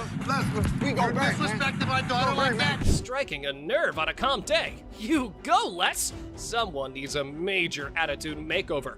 Time for a crash course in how not to be a jerk. You don't talk about my daughter that way. You understand that? You understand that? You understand that? I got you. Don't with my kid. I'm sorry, man. You don't with my kid. I'm sorry, Les. I'm sorry, man. Get this off the property. What's going on out there? Do not go out there. Dirty couch. Fresh in a new city? The furniture hunt's on. And guess where you score budget-friendly items? Yep, the pawn shop. Have a look.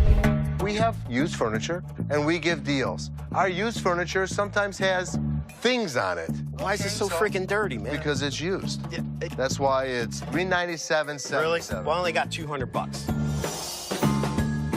What's the dilemma here, man? Buying a used sofa at a pawn store and expecting showroom shine? Your brain might not function properly to have such an expectation, sir. Let me try this out, man.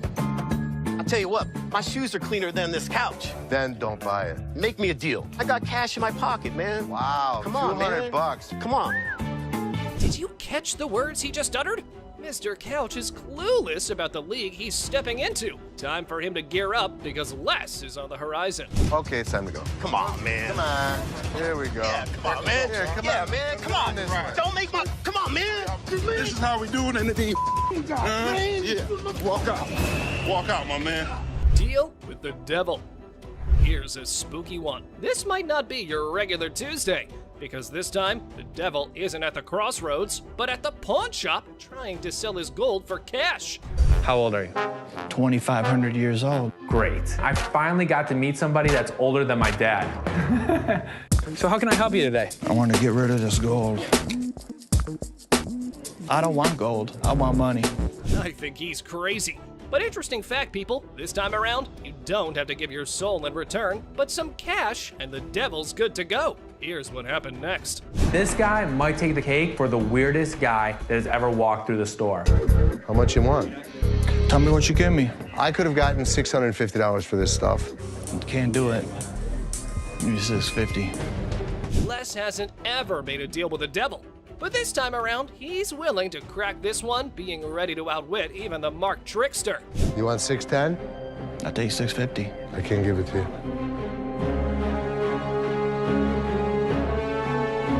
I guess we don't have a deal. Ivory tusk.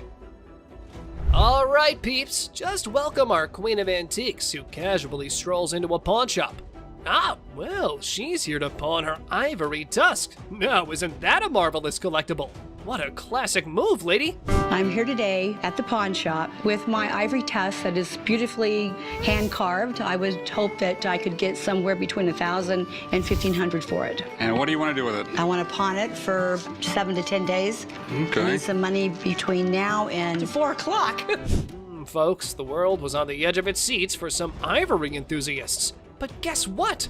Our lady's luck got lightning struck in front of an ivory expert. Unfortunately, it's not ivory. What do you mean it's not ivory? This is bone. It's pieced together bone, and it's made for the tourist trade. It only took like 2 seconds to tell this wasn't ivory. I've seen this hundreds of times before. They were in Asia. They went to a market. They were told they were ivory. Whoa, that's a shocking twist. Turns out that the precious treasure was just a bone-made knockoff. However, as far as our lady's reaction goes, let's just say reality, it's like a ton of bricks. 1,000 to 15. I would loan you like $100 on this. No. Okay, that's what I can do. Do a little bit better. There's no way I could do better. It's not real. It's bone, okay? It's beautiful. Yeah, it's pretty. Yeah, but I don't loan on pretty. All right, thanks a lot. Thank you. Flintlock pistol. Got your eye on some quick cash? The oldest one I've ever bought. It's got a lot of history to it. I think it's a really good gun. So why are you trying to get rid of it? Well, 1995 Atlanta. Buckle up, baseball buffs, and grab your baseball bats to swing for this news. A dude whips out a 1995 Atlanta Braves World Series ring, all set to cash in at the pawn shop. The first championship rings were given to the Giants in 1922 when they beat the Yankees. So it's no big surprise that these things can go for a lot of money. You know, there's a pretty big difference when it comes from staff to player rings. This belonged to Ted, and he issued it or gave it away. Can make it worth more. Look at that. A real gem for sports collectors, huh? Must take a genius to part with this historical treasure. But don't worry, we've got professionals to hold the pawnbroker's hands through it. Let's take a look at the ring here. We have a large diamond set on top of a blue stone, and we're gonna have 18 smaller diamonds surrounding it. The company Jostens, they made the rings for the 95 championship Braves. So on the inside, we should see the Jostens logo. Unfortunately, this isn't even a staff ring.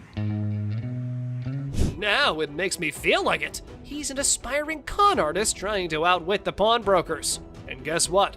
That ring's a salesman's knockoff. Shady vibes, right? With the original box and everything, you're looking at around $2,000. I was really disappointed. They bring some off the street. I don't know where he came from. All of a sudden, he comes through the door and he's Mr. Expert on baseball. So I don't know. I was really disappointed. Pez collection.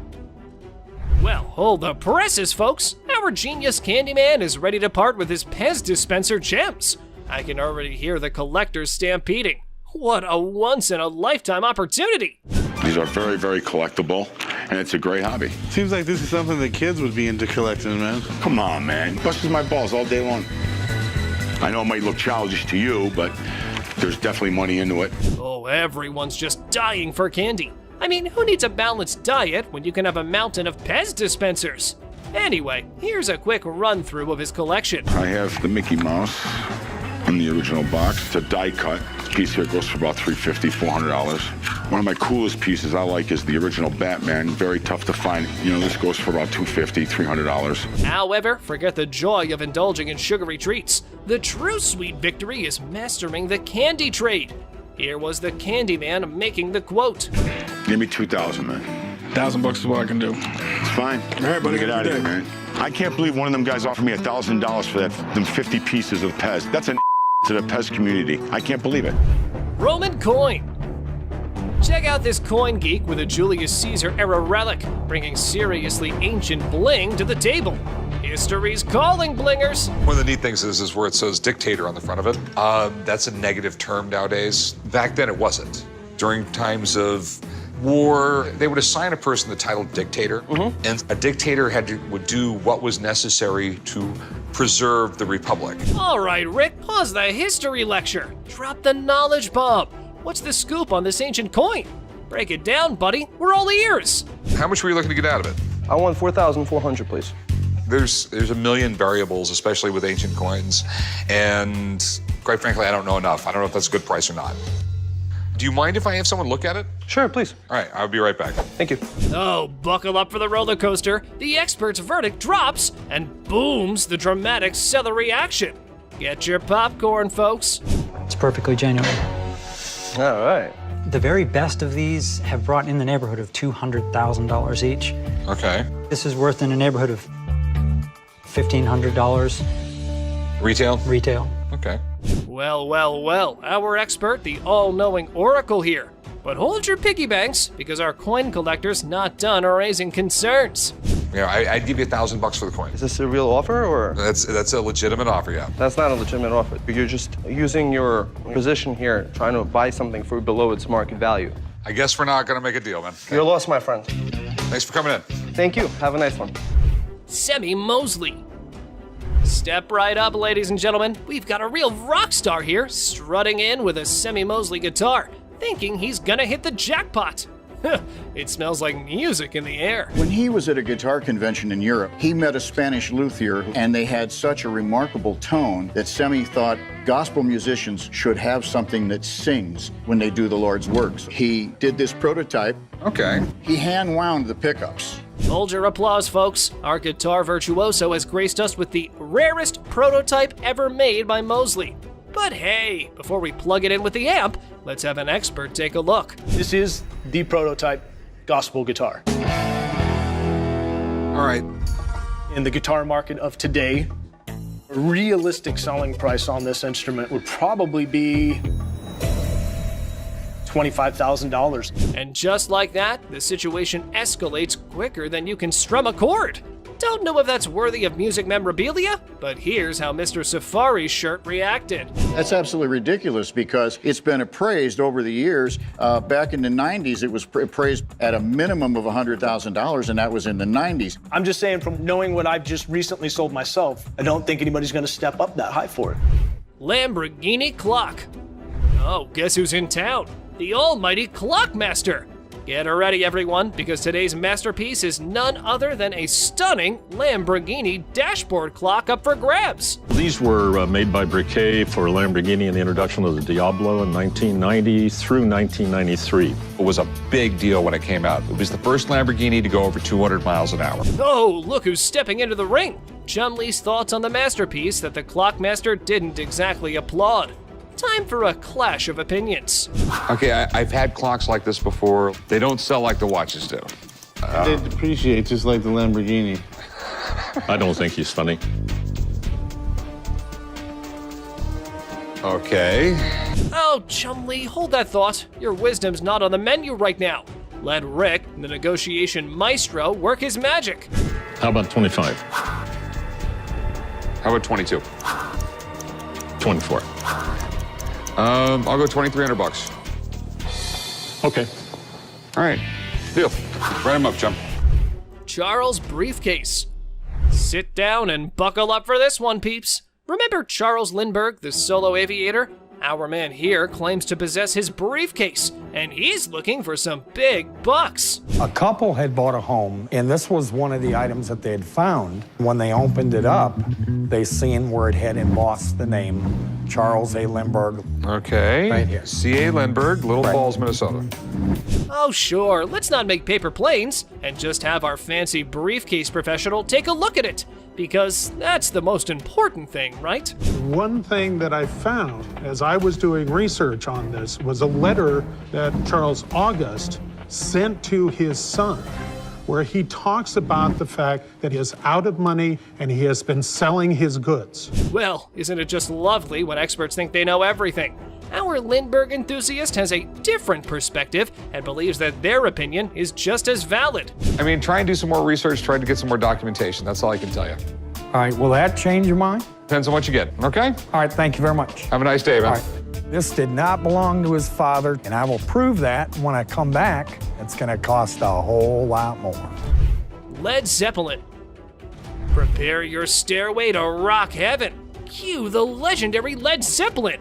Our rock stars got an album signed by the Fab Four members. Because who needs stairs when you've got music magic? Hey, this is really amazing. Led Zeppelin is one of the greatest rock and roll bands of all time. Every one of their albums was in the top 10, and 6 of their albums were #1. Now, 4 signatures on an album, if this is real, I probably won't want to put it in the store. I want to bring it home. Hold up, rock enthusiasts. Let's not navigate this riff alone. Time to ring in the pros for some signature symphony guidance.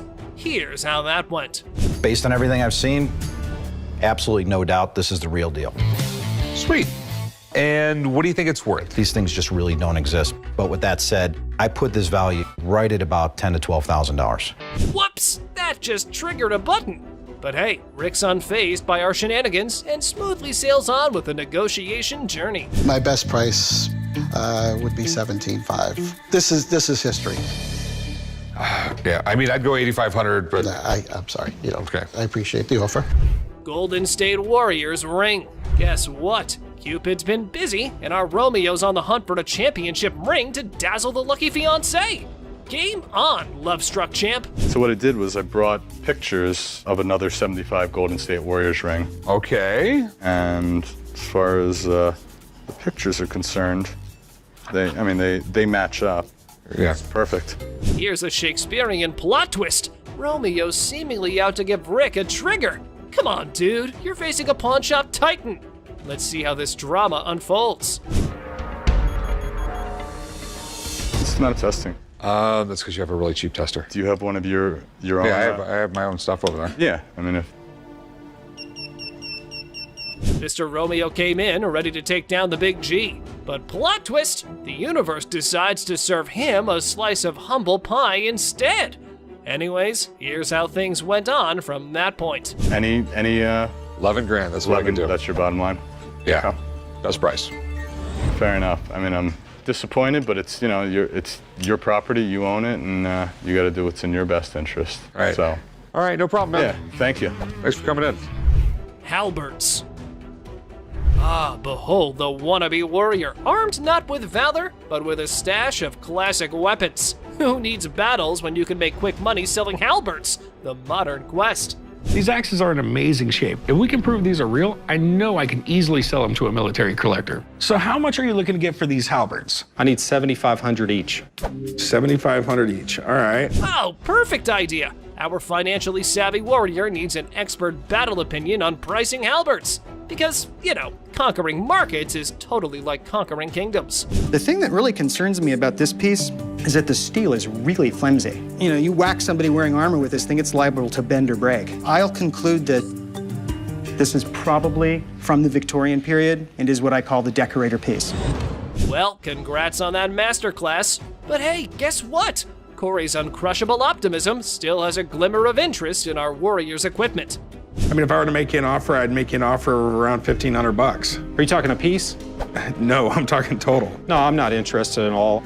Well, if I were you, next time I'd buy one, I'd call Craig too. All right, appreciate it. All right, thank you. Bye. What you got here? That's a watch my grandmother gave me.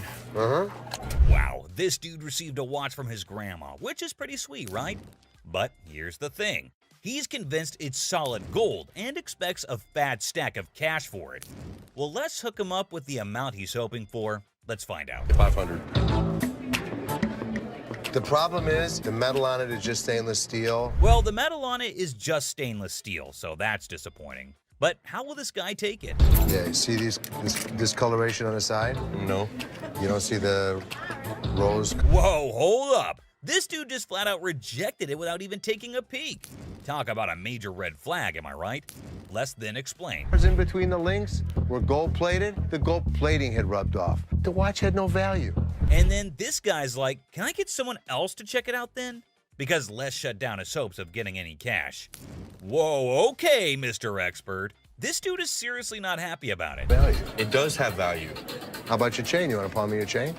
Anyway, being the sweetheart that he is, Les brings in another dude for a second opinion, just to be fair. But what happens next is totally mind-blowing and straight up disrespectful. Brace yourself for this one. It's gonna shock you. Does this bozo know what he's doing? Well, I wouldn't really call him names. Seriously, this dude needs to chill and get a grip. I mean, who does he even think he is? Anyway, From that point on, things started spiraling down, and honestly, it's for all the right reasons. 500. Nothing. Stop being a bitch. Now, Les ain't about to tolerate any disrespect, and nobody should. And this jerk is about to experience a dose of his own medicine. And let me tell you, it's not a pretty sight. Check out what Les has in store for him. Give me my mother... Man, come over here and pick this bitch. Oh man, this dude is about to get serious flipping off, I kid you not. You know what goes down with idiots like him? They're in for a rude awakening. Yo, you, get him here. Let's go, my man. Have a good day, sir. Have a good... Gotta admit, that was seriously hilarious. What did Les have to lose? Nothing at all. But this guy, oh yeah, he got exactly what he deserved. The man just couldn't stop with the curses. Yes, sir. Let yourself out. Let yourself out. Oh, you think this was intense? Well, hold on tight, because you haven't seen anything yet. So this dude walks in, right, and he brings in some equipment, no beating around the bush, and straight up expects a cool $100 for it. Can you believe that? Like, I'm trying to get at least $100 for it. $100? Yeah. I won't even be able to sell it. Well, the guy just flat out tells him that there's no way he can cough up $100. So the customer's disappointed, but hey, at least he's keeping his cool, right? So how much can you give me, man? 20 bucks. Well, we're clueless about what this dude's gonna pull off next. But hold up. Seth comes swooping in to handle the situation like a boss. Let's see how he tackles it. Sitting on the back? Do you know what it is? It don't matter how many you sitting on in the back. Because then I can't... Well, things are seriously heating up, and it's turning into a real mess.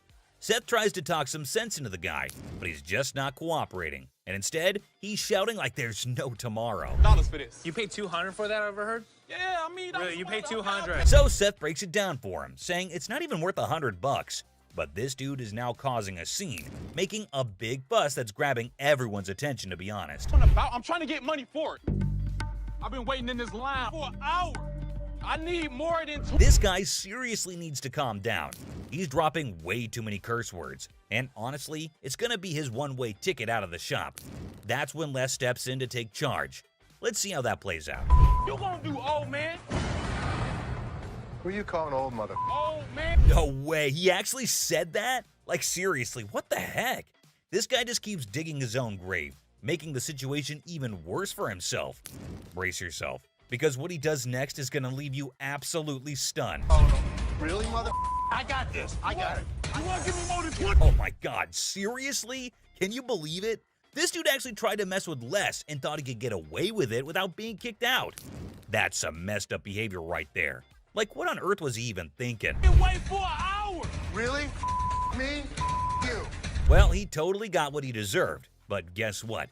That's not even the end of it. Brace yourself for this next one. So, this lady strolls into the store wanting to treat herself to a fancy watch. She's all sweet and ready to drop some cash. What could possibly go haywire, right? Now, this lady is seriously contemplating whether she should go for it or not. So, what's your take on it, guys? You think she'll end up taking it or not? Hold up. Is that for real? She whips out a gift card with all this confidence, and hey, is that some kind of new payment method now?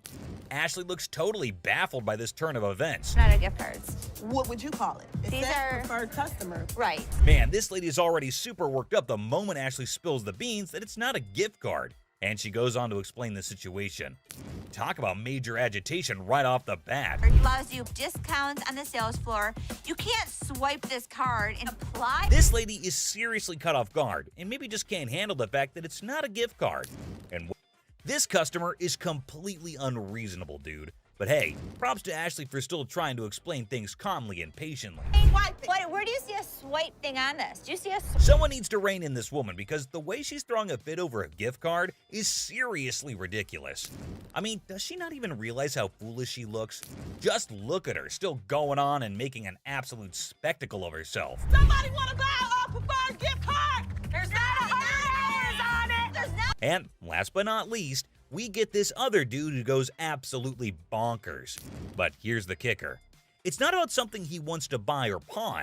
Now, you might be wondering, what on earth set him off then? Well, keep watching to find out. Hey, how you doing? I'm here to buy an engagement ring. No kidding, this guy is actually here to buy an engagement ring. Whoa, that's some exciting news, isn't it? Les coolly presents a selection of engagement rings, and you'd think everything would go smoothly, right? Well, except for the blaring car horns outside, because of course, nothing can be too easy. damn, so that's the reason for all the honking? There's a massive truck just sitting smack in the middle of the parking lot. Now, take a wild guess. Whose truck do you think that might be? Come on, give it a shot. It's not rocket science. Semi-truck. And then it's white gold. That's me. Sir, can you... Ding, ding, ding. It's none other than this guy. So let's politely request him to move his truck from there. And what do you think his response was? Find your place to park? Oh man, come on now. I'm in a hurry. I can't be moving my truck in this. Yikes, did he seriously say that? I mean, how do some people not have basic common sense? Did he genuinely think he was doing the right thing? Les is clearly not putting up with it, and you could totally see that. You don't have an option. You have to move your truck. I'll be more than happy to show you. Can you believe this guy had the nerve to straight up say no?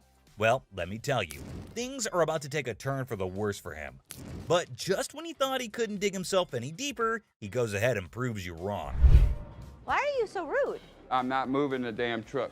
Byron, take over. Well, obviously he's about to get kicked out, and trust me, you gotta watch this. It's absolutely hilarious. Move the truck. Come on, man. That's wrong, bro. Next time, parking on the freeway. This dude should be totally embarrassed about his behavior. And oh boy, he didn't stop there. He just kept on going. And the last straw was this. Move your truck! Well, that's all the craziness you get to see today, guys. It started when this old man walked into the Pawn Stars shop carrying a semi-Mosley guitar, along with all the proper documentation. Little did he know what he was about to get himself into. And who do we have on the other side of the counter? None other than Rick Harrison himself, the proud owner of this legendary establishment. Let's see how this unfolds. Cool. I know a little bit about him. I know that he started off repairing guitars and then actually started making guitars. Rick wasted no time, man. He was all like, yo, spill the beans about that famous guitar. And the old man, who seemed to know everything about this valuable guitar, started sharing all the juicy deets. He had some seriously high expectations for the guitar, thinking it would rake in a crazy amount of cash. But hold up, let's not get ahead of ourselves just yet. Rick ain't one to take risks when it comes to buying stuff, you know. So he decides to bring in an expert to make sure he ain't getting played. Smart move, Rick. It's always a good idea to get a second opinion, especially when there's big money involved. And bam, here comes the expert himself, a dude who knows guitars like nobody's business. He's about to drop some serious knowledge on this situation. The expert took a look at the hype about semi-Mosley guitar, which the old man thinks it's worth a fortune. Now, this is where things start to get interesting. Keep an eye out for those moments when the old man's high hopes are about to go down the drain. After a thorough examination, the expert was ready to deliver his verdict. It would probably be $25,000. Well, the guitar was in great shape, no doubt about it. But no way the market value hovers around $25,000. And just like that, the old man's hope went to waste. But the old man thought the expert was kidding, and he didn't take his opinion seriously. After the expert opinion, it was time for the final moment. And here comes the classic pawn shop thing. We're not going to make a deal, so all I can tell you is good luck. Thanks. And oh, did I see it right. This thing ended even without a start. Well, I'm glad it saved some misery for Rick. Knowing that the guitar was worth way more than just $25,000, he left. And just like that, the deal hit a brick wall. The old man's unrealistic expectations collided head-on with the reality of the market. But next we have a total moron who shows up at the Pawn Stars shop. The old man who thought he hit the jackpot, but in the end, reality bit him in the you-know-where. So this another wild encounter is with our favorite goofball Chum Lee. The episode starts with Chum Lee going to meet Buck, the owner of an antique pirate ship. Buck's got this badass pirate boat, and it can hit speeds of up to 60 miles per hour on land. Now, that's some crazy shit, my dudes. Chum Lee's eyes lit up like fireworks when he saw this epic pirate ship. You got a boat. It is a boat. Does it float? No. You can tell he's itching to make a deal, but he knows he can't go rogue without Rick's permission. Well, the first thing he did was to send Rick a picture of this crazy giant. While waiting for Rick's reply, Chum Lee decides to go have a little fun on the ship. Woo! I'm on a boat! Sup, ladies? And it's quite evident that he's having a great time strutting around like Captain Chum, living his best pirate life. Now buckle up, because things just got real quick. The fun times? Yeah, they're over. Now we're diving into the spicy stuff, my peeps. We've reached the classic pawn shop negotiation phase, and let me tell you, it's about to get intense. Chum knew he had to haggle, But Buck, man, that guy is stubborn as a mule. Buck straight up dropped the bomb, saying he won't sell his ship for anything less than a mind-boggling $190,000. And let me tell you, Chumley's face went from pure excitement to straight up panic in a blink of an eye. Now, some might argue that it's a fair price, right? Like, this baby is worth every single penny, Chum. $190K and she's all yours. But can Chum swing that kind of dough? Nah, man. Chumley's in way over his head, and he knows he can't afford that kind of cash. It's a total bummer, dude. This deal is going down the drain faster than a sinking ship. But hold up, Buck ain't giving up that easily. He wants to speak with Rick, and honestly, that's pretty fair considering the time he invested in showing Chum around the ship. And yep, you saw it right. Rick sent a text, but guess what? It ain't the reply we were hoping for, my friends. Rick shut down the whole idea before it even set sail. Chumley's dream of becoming a pirate captain just came crashing down like a freaking cannonball. It's a gut-wrenching scene, my friends. The disappointment is real. Whatever. Oh, sorry, man. Buck is fuming like a volcano about to erupt. It's clear he's not happy with the outcome. Ships ahoy, disappointment.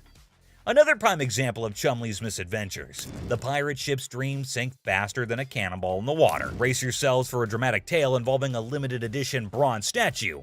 Let's dive right in. So it all starts with a man named Raphael walking into the Pawn Star shop with this fancy limited edition 1888 bronze statue by Louis Picault, a renowned French sculptor. After looking at the statue and knowing the potential value of this piece, Rick started salivating like a hungry wolf. Moving further, Rick's expert eyes started analyzing every little detail, hoping to strike gold and make some serious cash. And as Rick is examining the statue, you can see the excitement building up. If it turns out to be the real deal, it could be worth thousands of dollars. The suspense is killing. Come on, man, show me those original markings. Now, Rick's like a detective on the case, searching for any signs of authenticity. And in a dramatic twist, Rick got the truth. You need to see this. Looks right. What doesn't look right is there's some pitting right here. And that crack right there is from when they casted it. It didn't happen later. The statue has been recast. Oh, the disappointment is real, my friends. Well, ain't that a kick in the teeth? This statue is nothing but a fancy replica. 1888. The original was made in 1888. I don't believe you.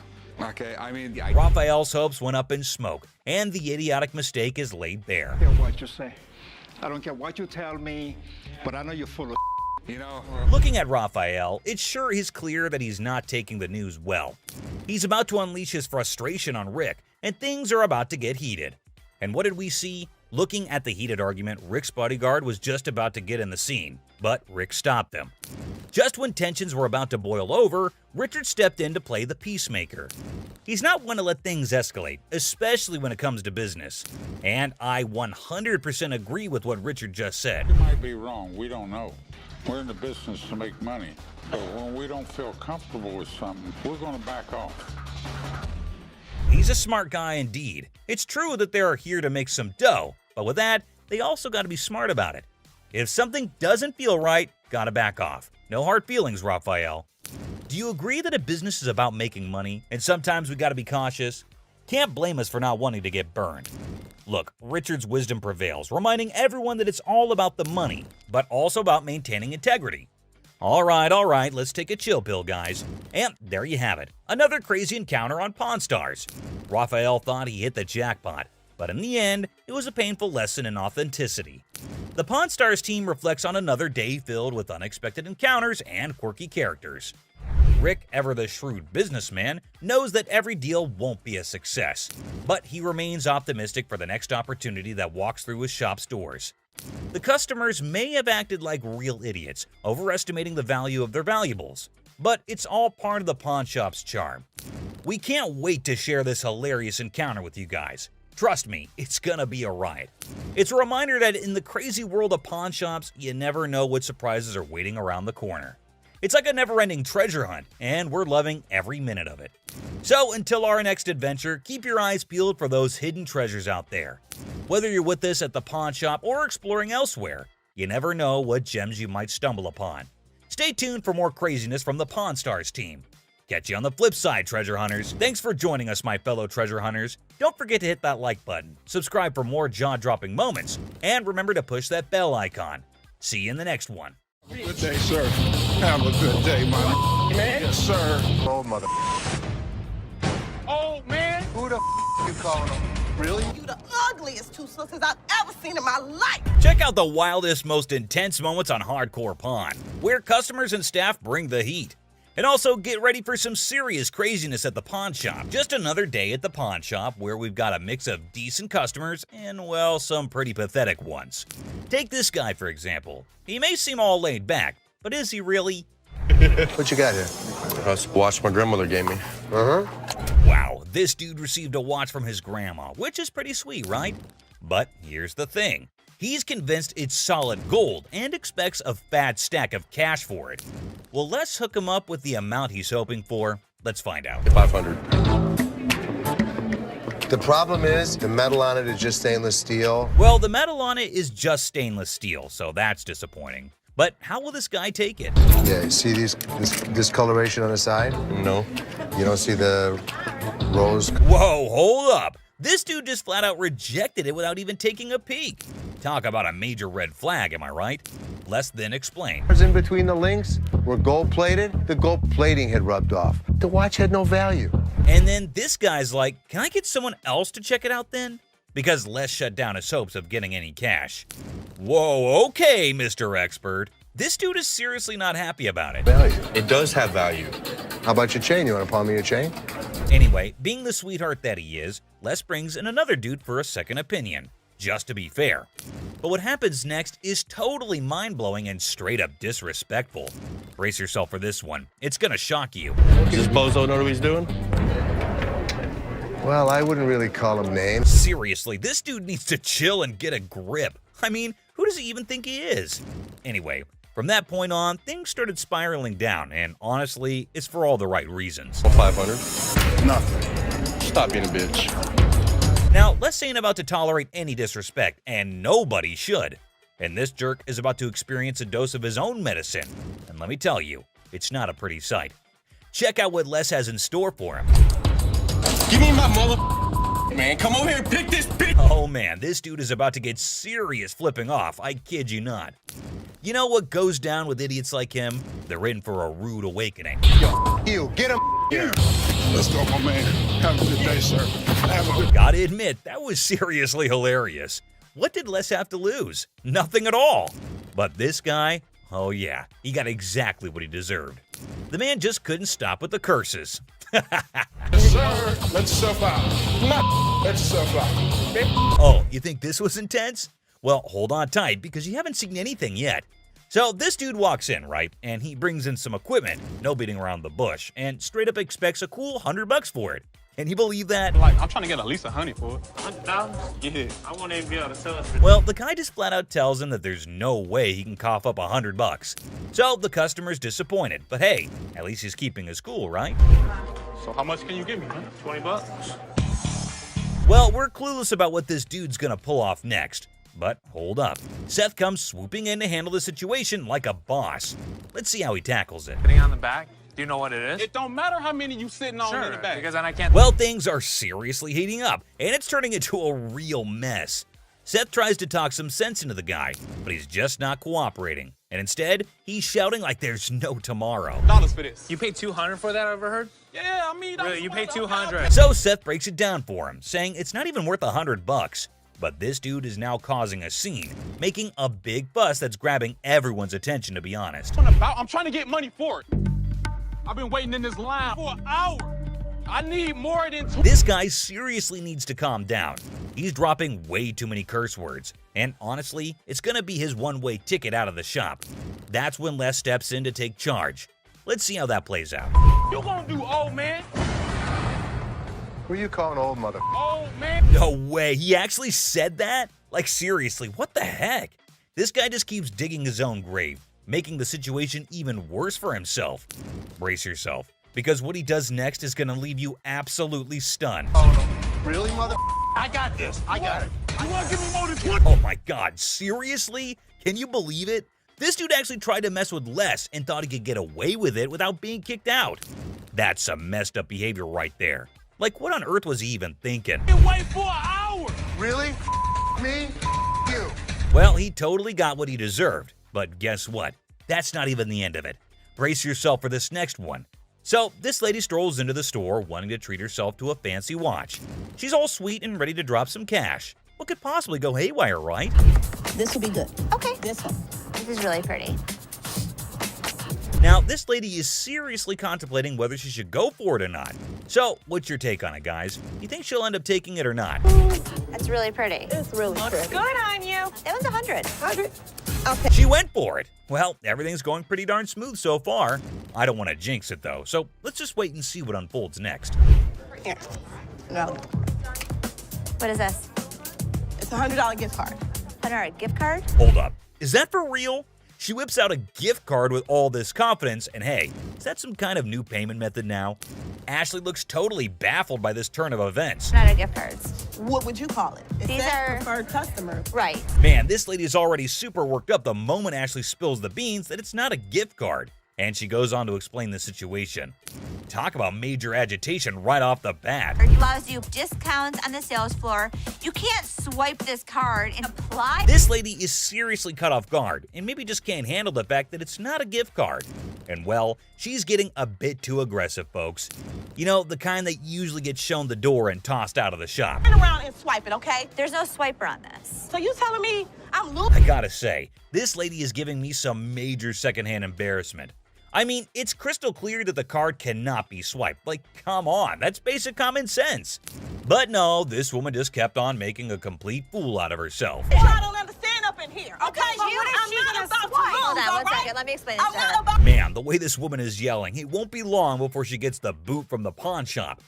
This customer is completely unreasonable, dude. But hey, props to Ashley for still trying to explain things calmly and patiently. swipe it. Where do you see a swipe thing on this? Do you see a Someone needs to rein in this woman because the way she's throwing a fit over a gift card is seriously ridiculous. I mean, does she not even realize how foolish she looks? Just look at her, still going on and making an absolute spectacle of herself. Somebody want to buy a preferred gift card? There's not $100 on it. There's not. Man, people can really lose it sometimes. It's wild. And last but not least, we get this other dude who goes absolutely bonkers. But here's the kicker. It's not about something he wants to buy or pawn. Now, you might be wondering, what on earth set him off then? Well, keep watching to find out. Hey, how you doing? I'm here to buy an engagement ring. So, No kidding, this guy is actually here to buy an engagement ring. Whoa, that's some exciting news, isn't it? Les coolly presents a selection of engagement rings, and you'd think everything would go smoothly, right? Well, except for the blaring car horns outside, because of course, nothing can be too easy. Oh, damn, so that's the reason for all the honking? There's a massive truck just sitting smack in the middle of the parking lot. Now, take a wild guess. Whose truck do you think that might be? Come on, give it a shot. It's not rocket science. Semi-truck. and then it's white gold. That's me. Sir, can you... Ding, ding, ding. It's none other than this guy. So Les politely requests him to move his truck from there. And what do you think his response was? Find your place to park? Oh, man, come on now. I'm in a hurry. I can't be moving my truck in this. Yikes, did he seriously say that? I mean, how do some people not have basic common sense? Did he genuinely think he was doing the right thing? Les is clearly not putting up with it, and you could totally see that. You don't have an option. You have to move your truck. I'll be more than happy to show Can you. you believe this guy had the nerve to straight up say no? Well, let me tell you, things are about to take a turn for the worse for him. But just when he thought he couldn't dig himself any deeper, he goes ahead and proves you wrong. Why are you so rude? I'm not moving the damn truck. Byron, take over. Well, obviously he's about to get kicked out, and trust me, you gotta watch this. It's absolutely hilarious. Move the truck. Come on, man. That's wrong, bro. Next time, parking on the freeway. This dude should be totally embarrassed about his behavior. And oh boy, he didn't stop there. He just kept on going.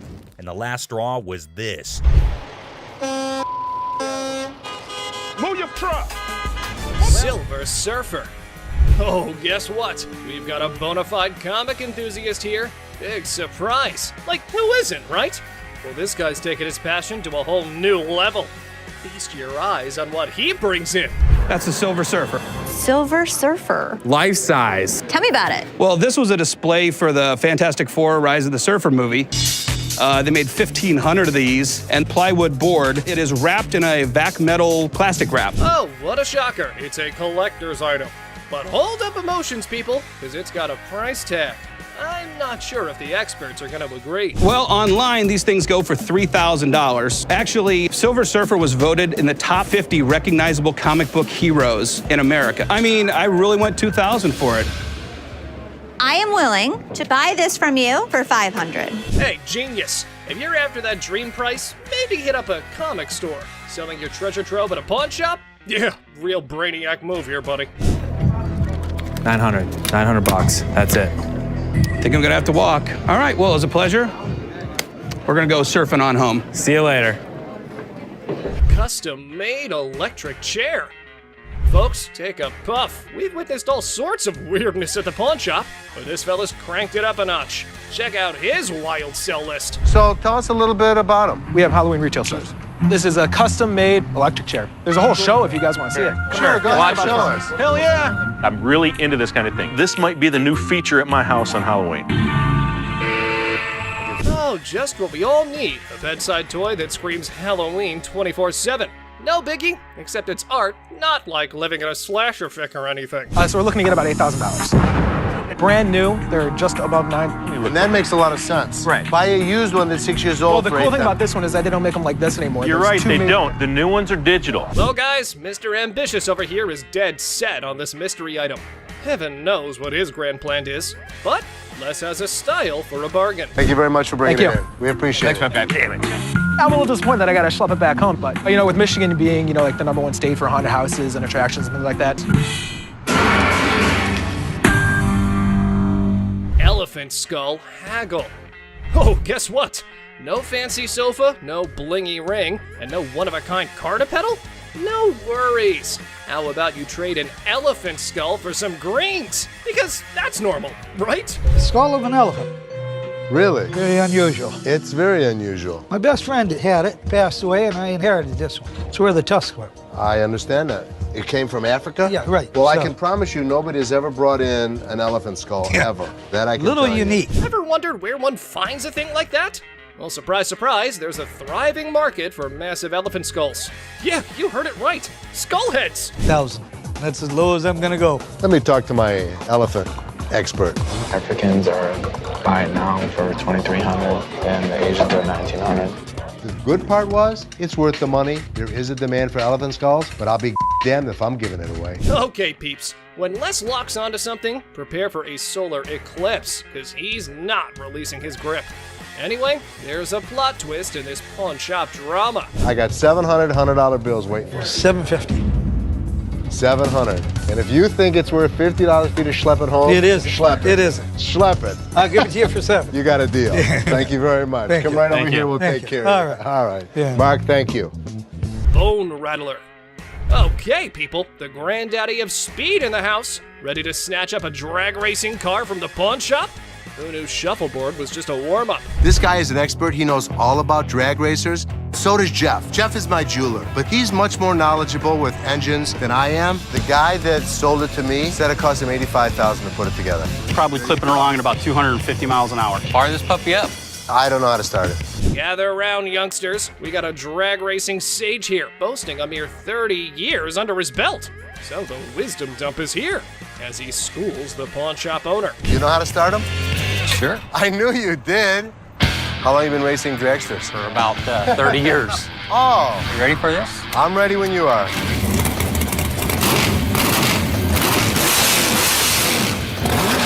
All right, Mr. Been There, Done That. Let's see if your drag racing tales can seal this deal or take a nosedive.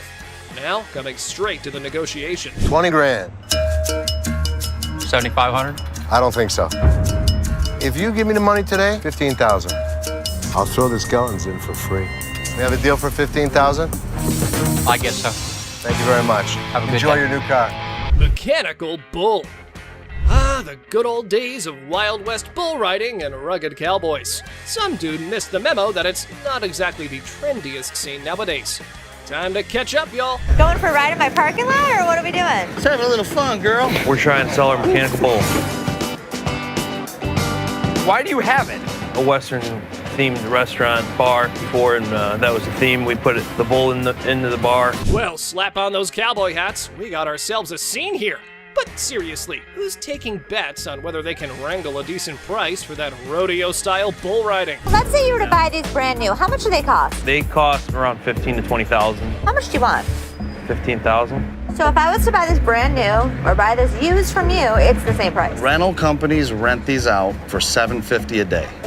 There's a lot of revenue potential. Ah! Man, sad to see these alpha men taking back their bull home. But folks, hold on to your hats. Maybe Ashley has something else in her mind. 3,000 right now. 45. 31. 39, you pack it up. That's my bottom dollar. 34. I can't do it. Sorry, good luck. Dr. Death's van. Step right up, viewers. You've heard of Dr. Death, but today's highlight is the van that spotlights as the ride for assisted suicides.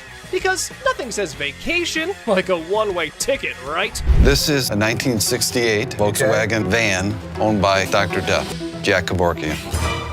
By Dr. Death. This is the actual van that he did his first and several other assisted suicides in. Jack Kevorkian was an iconic figure in the city of Detroit. We're not aiming for a Valley of Chrome farewell tour this time. Mr. Big Bucks here wants a six-figure sum. Brace yourselves, because Les has his few concerns all queued up. It is a piece of history. I like buying weird. You won't find another one. The problem is, it doesn't make sense to spend six figures on something like this for me. Well, you either love it or hate it. But I love it. This is definitely a piece of Detroit. A van oozing that delightful combo of creepiness and death vibes. So legit. However, why not throw in another expert opinion? Let's see how that went. So 10,000 ain't gonna buy it. No, I'm in the six-figure range. 20 grand? No. 25 grand. 30 grand. 50 grand? 30. One time. 50. 30 cash right now. Bizarre bikini. Check out this granny of the century who strolls into the pawn shop with an elderly figure that has a lot to do with, I don't know. You have a look and maybe you decide. Which is the doll? I heard that. I'm undressing her. What can I say? A really nasty looking woman, but a very cool item. Yep, that's about accurate. You just saw a long-legged granny in a bikini. All the efforts are done in the name of art. However, our granny here invested in this model. How much did you want for this thing? I'd like to get $500 for it. This thing is art. It's a very cool item, but not for that price. I mean, she's really cute. I mean, she's really fun to look at, but it's not going to be even close to 500 bucks. Never mind, that was gonna be a deal breaker. Unless Les had some more quotes to add to the art piece, this stirs things up for the selling mix. Here this woman was playing my game, and I was losing. 200. 190. I'll take her. Will he stop? Okay, schlep it home. You know, I heard my dad saying it wasn't worth the extra $10. Bull. She wants 200. Latex vacuum bed. Look who's spicing up the pawn shop scene. This dynamic duo's got a latex vacuum fetish bed up for grabs. You know, just your average afternoon errand. Latex vacuum bed. A what? A latex vacuum bed. So you have sex with latex? Pretty much. It's like the autoerotic asphyxiation is what Pretty it is, much, correct? yeah. Bobby J surprisingly knew exactly what this thing was. All right, I was wondering, who needs candlelit dinners when you can have vacuum-sealed intimacy? I'm not here to judge. However, here's a quick demonstration. So normally when Felix has his hand over his mouth, normally what they like. I actually used it. Are you breathing? There we go. Not gonna work. It's working. Everyone's a critic when it comes to, what's the word?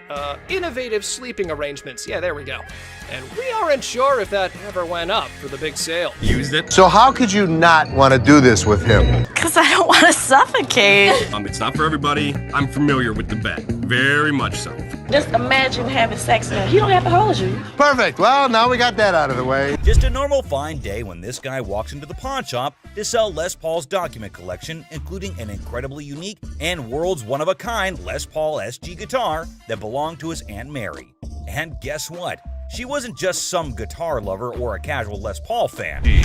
Aunt Mary just a guitar fan, or? No, Les Paul's wife. This belonged to Mary Ford? Mary Ford. Yes, you heard him right. She was actually Mary Ford, the wife of the legendary Les Paul himself. Pretty surprising, right? Les Paul is practically a legend in the music world. He's known for creating the Log, which was one of the earliest electric guitars, and he held patents for various innovations in pickups, amplifiers, and pretty much everything related to electric guitars. In the 1950s, Les Paul and Mary Ford topped the charts with over a dozen #1 hits and sold millions upon millions of records. The documents included in the collection consist of correspondence between Les Paul and his manager, as well as his signed contracts. No doubt the pawn shop literally hit the jackpot with this collection. You might be wondering why someone would sell such a rare item. Unfortunately, it's because Mary's nephew had some debts to pay off. So the seller is hoping to get $250,000 for this collection. The big question is it really worth that much? And is it still in good enough condition to fetch a high price? Let's find out. Rick Harrison calls for Drew, the expert from Authentic Autographs Unlimited, who specializes in forensic document examination. He then carefully examines the signature on the guitar and remarks that Les Paul had a unique and straightforward signature style. Interestingly, Drew notes that he never included his last name when signing autographs. He goes on to say, "All right, well, you got a fantastic collection here. I don't see the evidence really of a secretarial. The consistency of the first name is right where we want it to be." Afterward, Rick contacts Jesse, the proprietor of Cowtown Guitars. Just with one look at the guitar, and Jesse's jaw dropped to the floor. You know what it's worth? Wow. This is amazing. I can't even believe I'm holding this in my hands.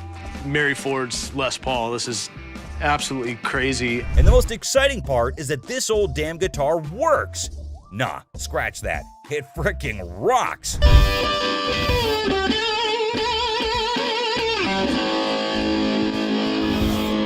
All right, so it works? Yeah, it works. It works. Okay. He further adds that the instrument carries a rich history and is worth a freaking fortune, like a cool 6 figures.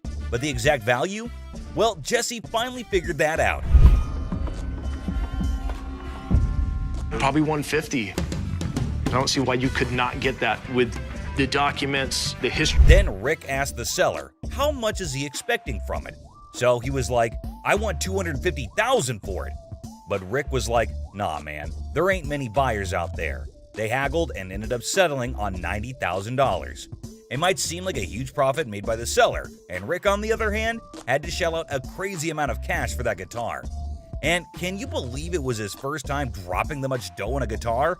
Insane, right? But someone in the comments section went all out and said that those papers would fetch a whopping $190,000 if Joe Bonamassa got his hands on them. Another user totally agreed with him and even said that if this guitar showed up in the right magazine, some millionaire rock star would easily drop at least $200,000 for it. But here's the main part. Did the pawn shop actually make any profit? Hell yeah, they did. Once the show aired, they wasted no time and threw that bad boy up on eBay. And guess what? They scored a whopping $110,000 for it. They ended up making a cool $20,000 profit, guys. Now that's what I call a successful hustle. Next up, we have a customer who came in trying to sell a sword that was supposedly forged by the famous Yasutsugu family, known for making weapons for badass samurais back in the day. But here's the twist. The seller looked familiar to Corey. It turned out that he had been there before to sell a trophy. You'll be thinking what kind of trophy it must be. Maybe some ancient artifact or something, right? But nope, it was actually a Grammy Award. Yes, all in excitement, Rick bought it. But later he found out that it was not allowed to be sold. Oops, I can see a great loss there. Because of that now, they had to be extra careful before dealing with this sword. They weren't sure if it was a legit samurai sword or just some ninja knockoff. The seller is a lawyer and claimed he had received the sword as payment for his legal work. Pretty cool, huh? Some users are even cracking jokes about why the guy was so willing to sell such a masterpiece. One such comment was he must have been scared of his wife's anger, whose eyes are always fixated on that sword. And if she ever gets her hands on it, she's ready to knock him off. Talk about a dangerous situation. Another user said he got robbed? Well, we have to wait to see the actual plot. Taking the lawyer's word for it, Corey decided to take the risk, and then he went ahead with the purchase, even without having an expert to check its authenticity. I mean, let's be real, that was pretty foolish, right? I mean, who was going to check if the thing was actually legit or not? So they asked the seller how much he wanted for it, and he said $5,000.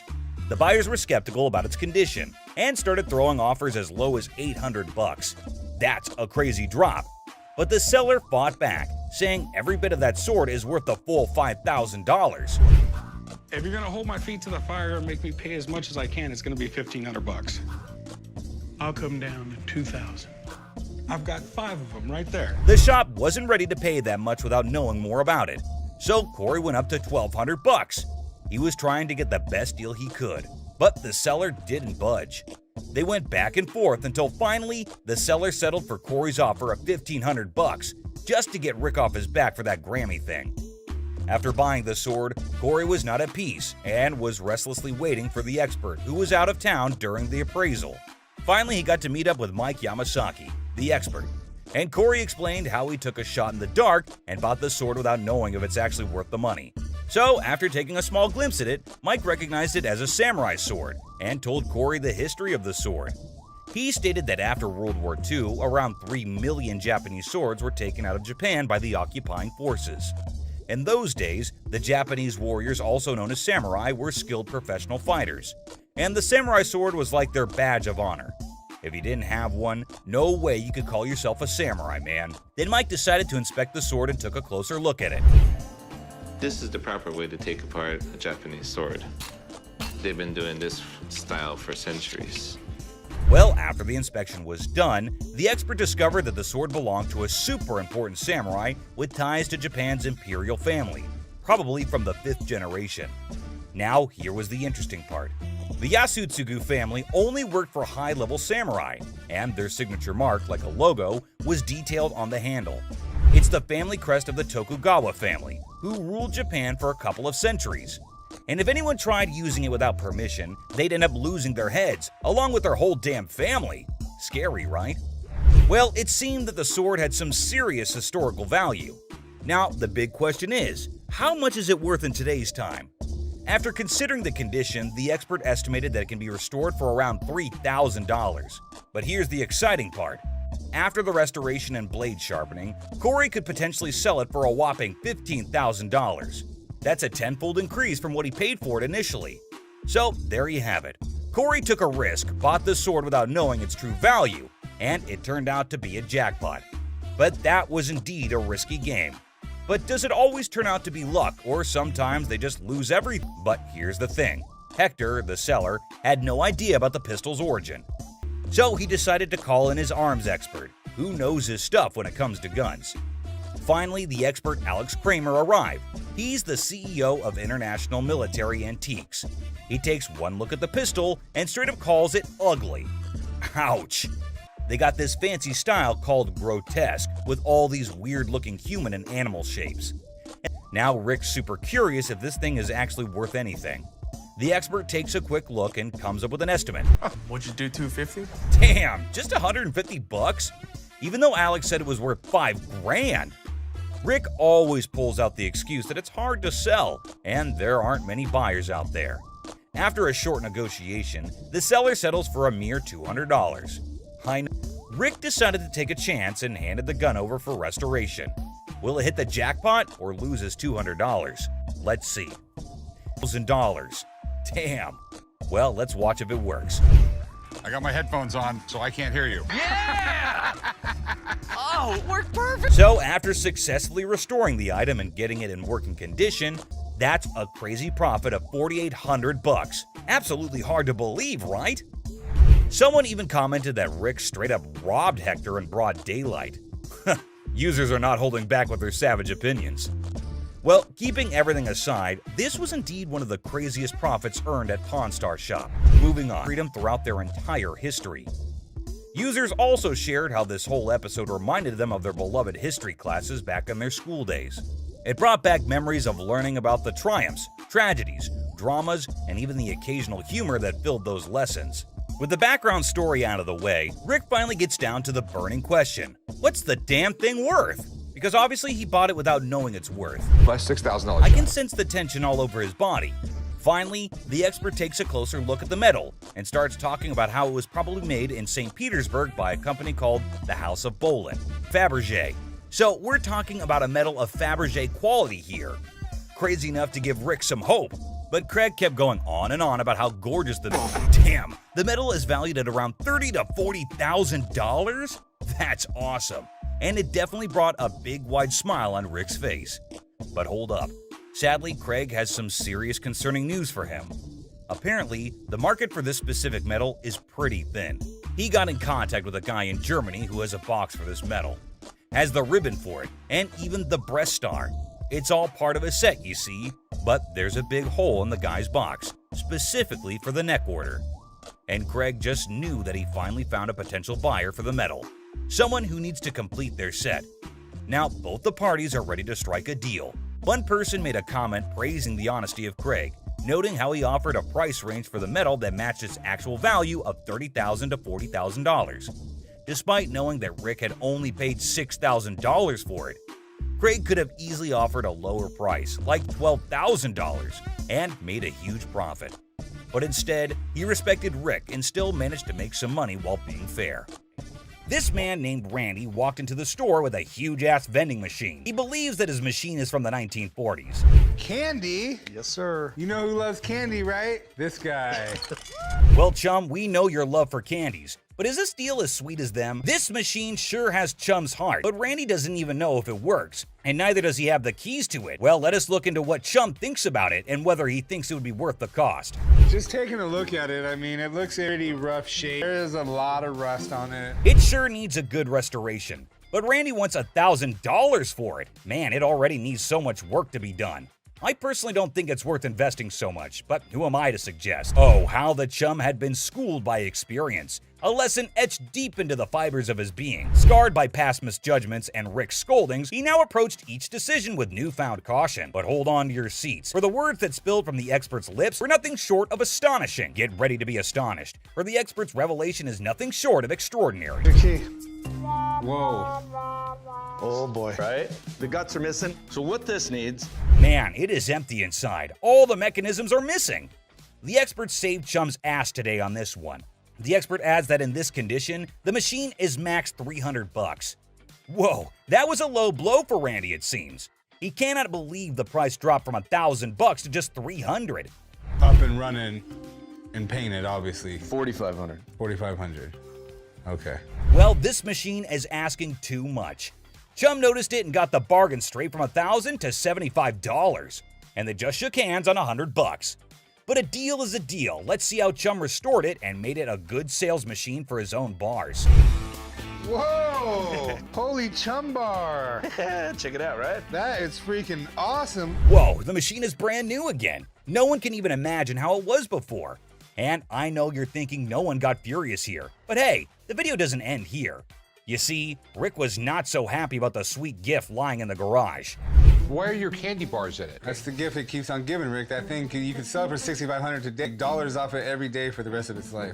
Rick's fury reaches its boiling point as he directs his anger toward Chum. With intense frustration in his voice, he makes it clear that he's had enough. In a sharp and cutting tone, Rick declares that if anyone wants to get their hands on Chum's chocolate bar, they can simply take a stroll across the parking lot and purchase it directly from the store. No more concessions or accommodations. The message is clear. Rick has drawn a line in the sand, leaving Chum to face the consequences of his actions. It's a harsh ultimatum that hangs heavily in the air, leaving Chum to contemplate the future of their strained relationship. Will Chum take the opportunity to make amends, or will the rift between them widen further? Only time will tell how this explosive situation will unfold. Ah, the timeless dance of irritation between Chum and Rick, an intricate routine that never fails to provoke a symphony of exasperation. As a well-worn melody played on a perpetual loop, Chum's knack for pushing Rick's buttons has become a legendary saga of vexation and amusement. With each encounter, their interactions tread the line between exasperated sighs and affectionate eye rolls, a delicate balance that keeps the audience captivated.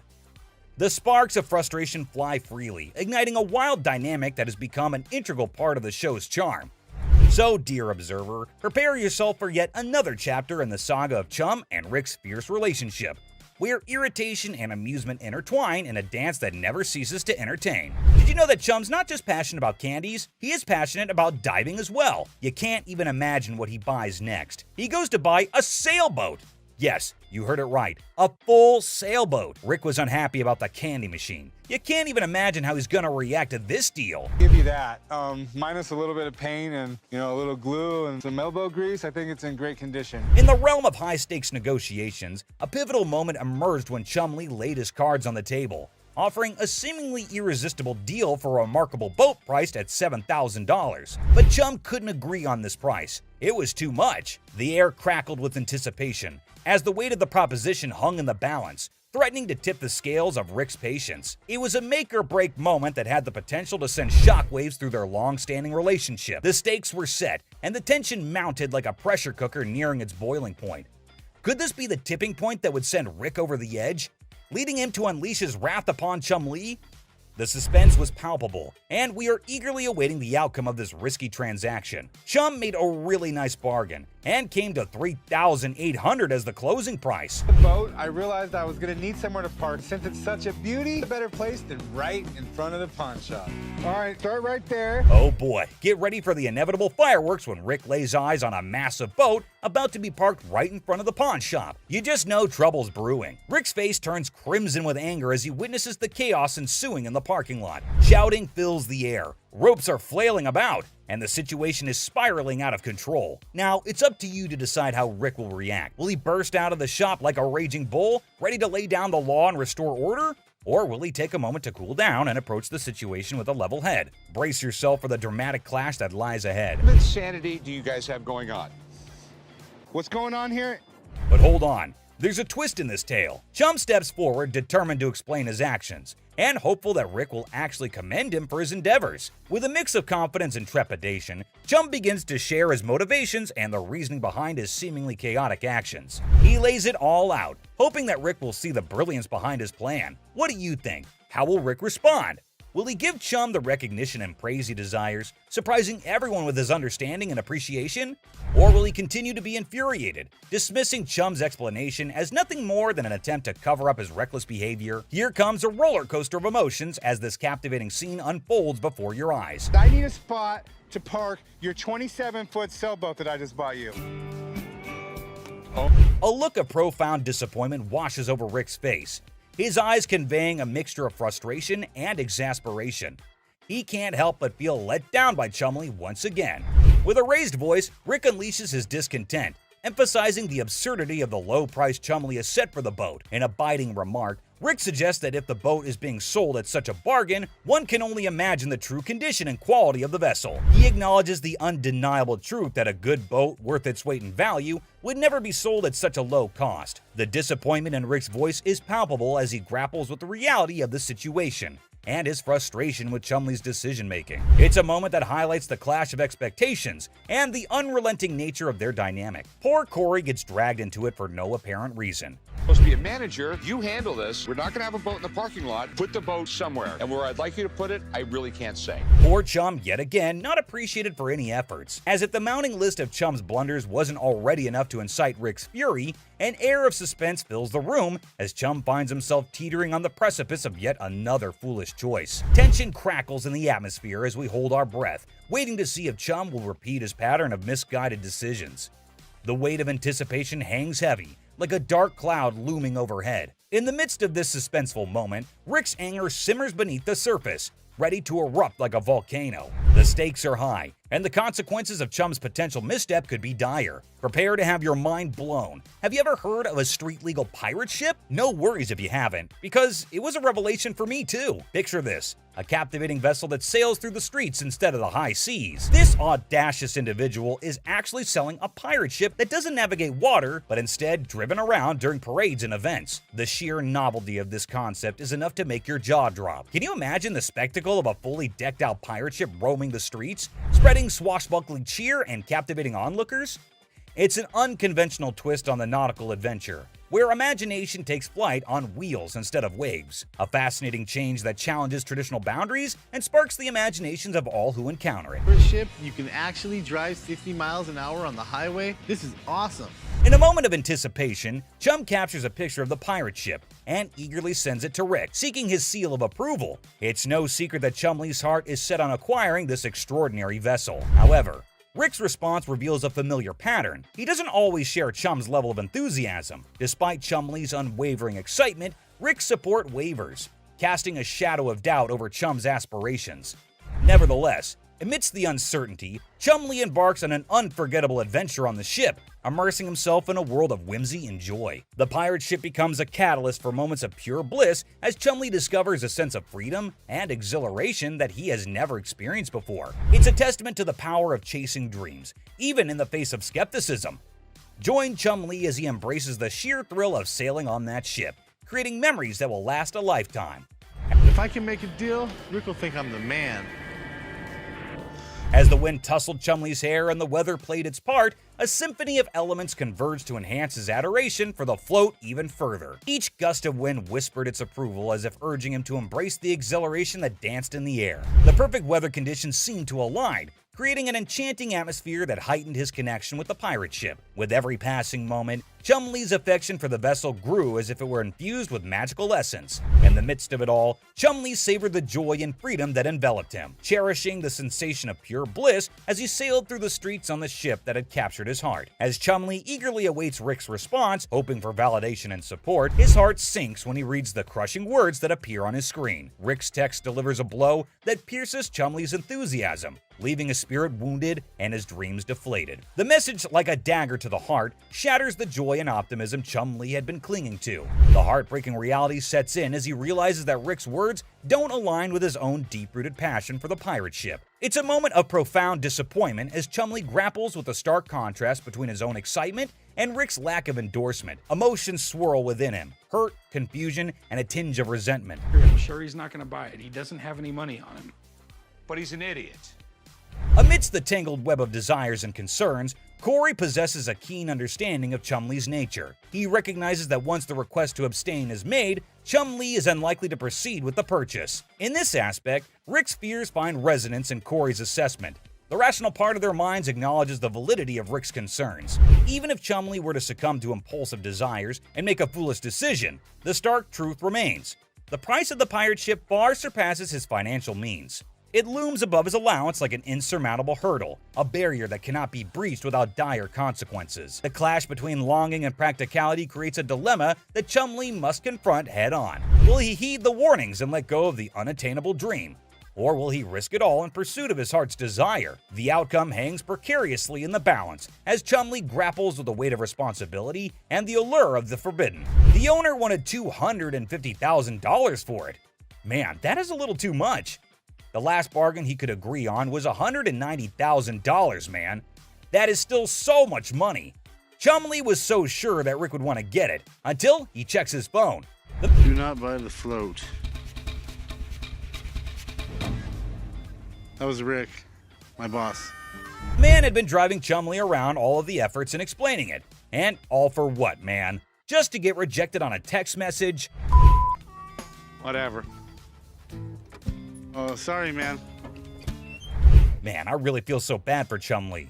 Everyone gives an attitude to my boy here, and he just takes it all. Well, enough of Chumley. Sometimes even Rick makes a mistake, and the great Harrison is not at all happy about this one. A captivating scene unfolds as Bill strides into the store, his presence immediately catching the attention of the Pawn Stars crew. In his possession, he carries a Wells Fargo strongbox, an intriguing artifact that exudes a sense of mystery and historical significance. As if that weren't enough, he adds to the spectacle by unveiling antique balls and chains, further piquing the curiosity of everyone present. Bill, confident in his offering, sets the price at a hefty $2,000. A sum that raises eyebrows and sets the stage for a fascinating negotiation. We got a Wells Fargo strongbox and some antique ball and chain. Okay, you do have a... The anticipation builds as the Pawn Stars team contemplates the value and potential of this unique collection. Will they be able to strike a favorable deal that satisfies both Bill's expectations and their own interests? With his vast knowledge and years of experience, Rick's expertise comes to the forefront as he steps into the bargaining arena. Determined to navigate the deal without relying on external advice, confident in his abilities, he draws upon his extensive understanding of historical artifacts and market trends to assess the true value of Bill's offering. Rick's sharp mind is like a well-honed tool, dissecting the details and uncovering the hidden gems within the collection. As the negotiation unfolds, his eloquence and persuasive arguments come alive, revealing a masterful display of wit and intellect. Rick's knowledge becomes a formidable weapon, allowing him to strike a delicate balance between fair pricing and maximizing the potential of the transaction. It's a testament to his experience and a showcase of his ability to thrive in the world of bargaining, showcasing the power of a sharp mind in the pursuit of a favorable deal. Electrically welded. See how these have arcs from an arc welder? Sure, okay. Okay, and my other big concern? As Rick utters the phrase "other concern," a flicker of suspicion dances in his eyes, indicating that there may be more at play than just the handcuffs. His discerning gaze scrutinizes the items within the Wells Fargo strongbox, sensing something amiss. What could it be? A forged antique? A replica masquerading as a genuine artifact? The anticipation mounts, and the negotiation takes an unexpected turn as Rick dives deeper into his investigation. Determined to unveil the secrets concealed within the box, Rick further adds that the box might actually be real, but the stuff in it is absolutely not. So that made him a little concerned about it, to which the man explains that the stuff was not in the box. He just kept it all in there. You always see a Wells Fargo strongbox in an old Hollywood Western, so this will definitely get a lot of interest from collectors. The bargain started at $1,200, but hey, we know Rick. He is damn good at bargains. He finally sealed the deal at $450. But obviously, we need a piece of expert advice over here. Mark, the man with all his knowledge and his beard, is called back to the store. Have you already bought this? That sounds bad. Mark further tells Rick the bad news. It was a complete fake. Damn it, Rick. Looks like Harrisons get pissed off on this show. But hey, another day, another lesson to be learned, right? Kicking off with this episode, which is sure to give you quite a jolt. Hey, how's it going? The episode just starts with a casual conversation between Rick and an old man. But look what he's got. Yes, my friends, you just laid eyes on an 1884 Colt that was used in the Wyoming Range War, also known as the Johnson County War. Goes with it. There's nothing like a good book after a good shooting. That's what I always say. And not to forget the book that comes with it. I mean, you've got to keep the rare flock together.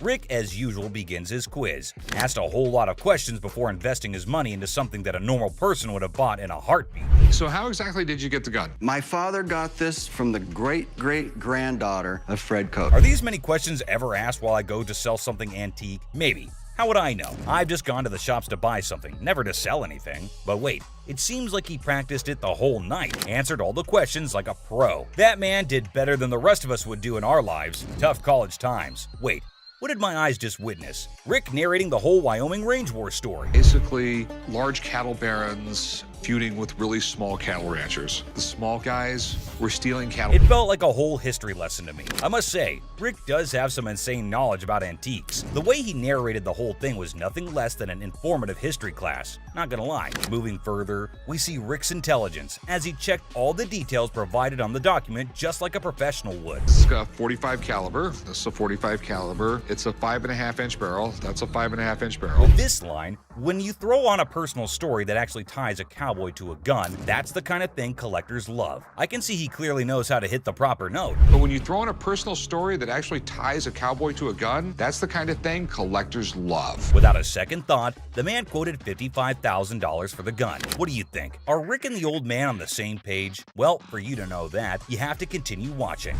I'd like $55,000. $55,000? And obviously, before getting such a huge amount out of his pocket, he wanted a second opinion on the matter, for which he called an expert. Get someone down here, he'll tell me if it actually belonged to this guy. To be honest, I really don't get it. How can one identify if it's original or fake by just looking at some words written on a piece of paper? Anyway, who am I to say anything? What we have here, it's really hard to make that connection.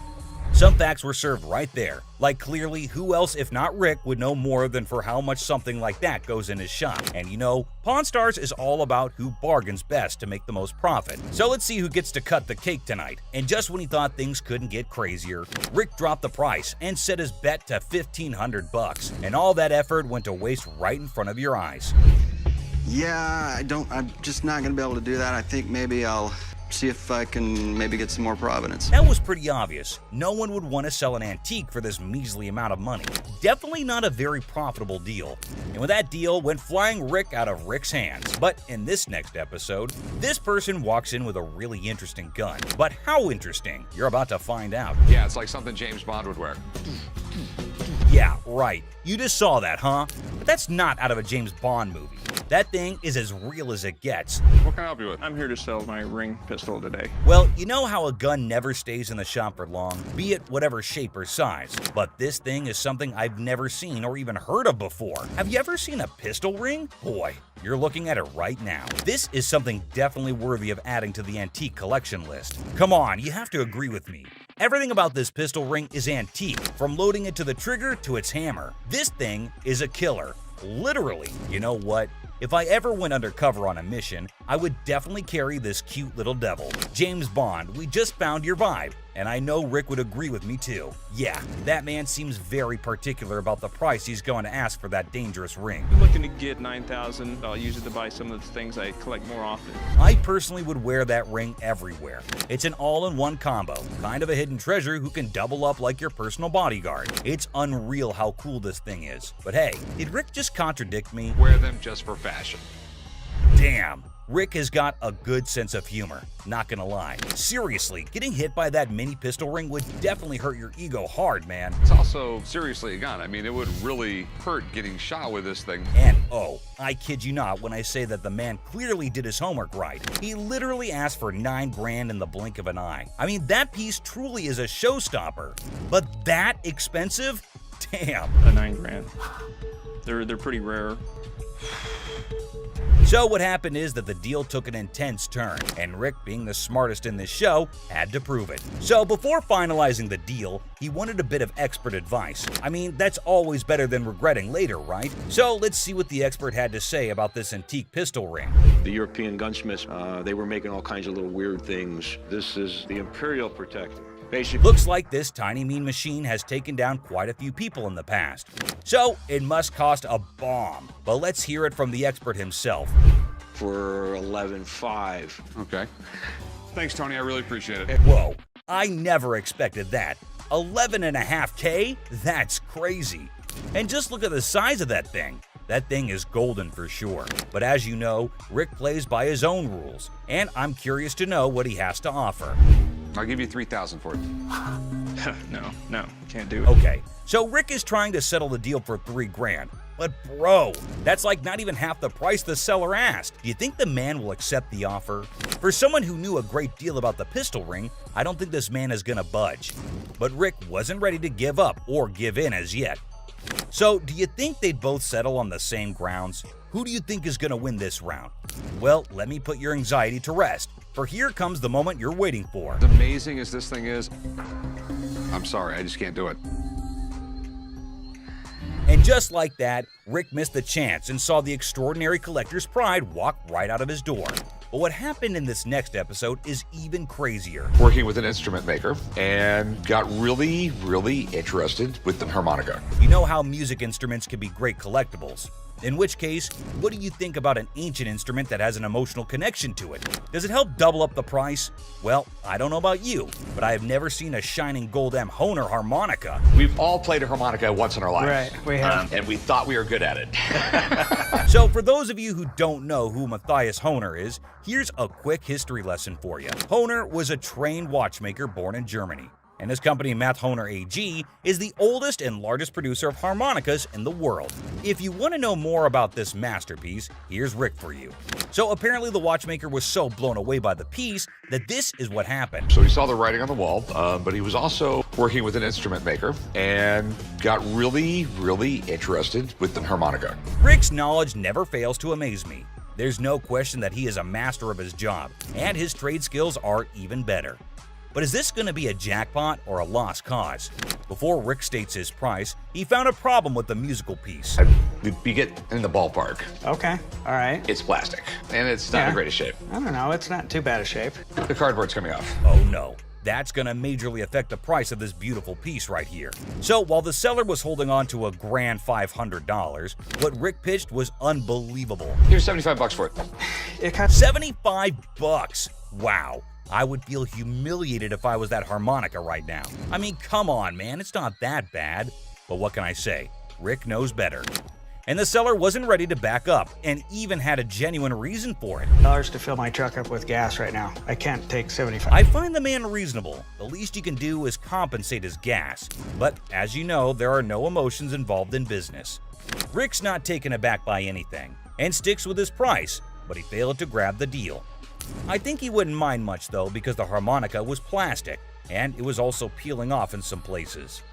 So sadly, the seller needed to go back home with the broken instrument, and he couldn't even make enough money for gas anyway.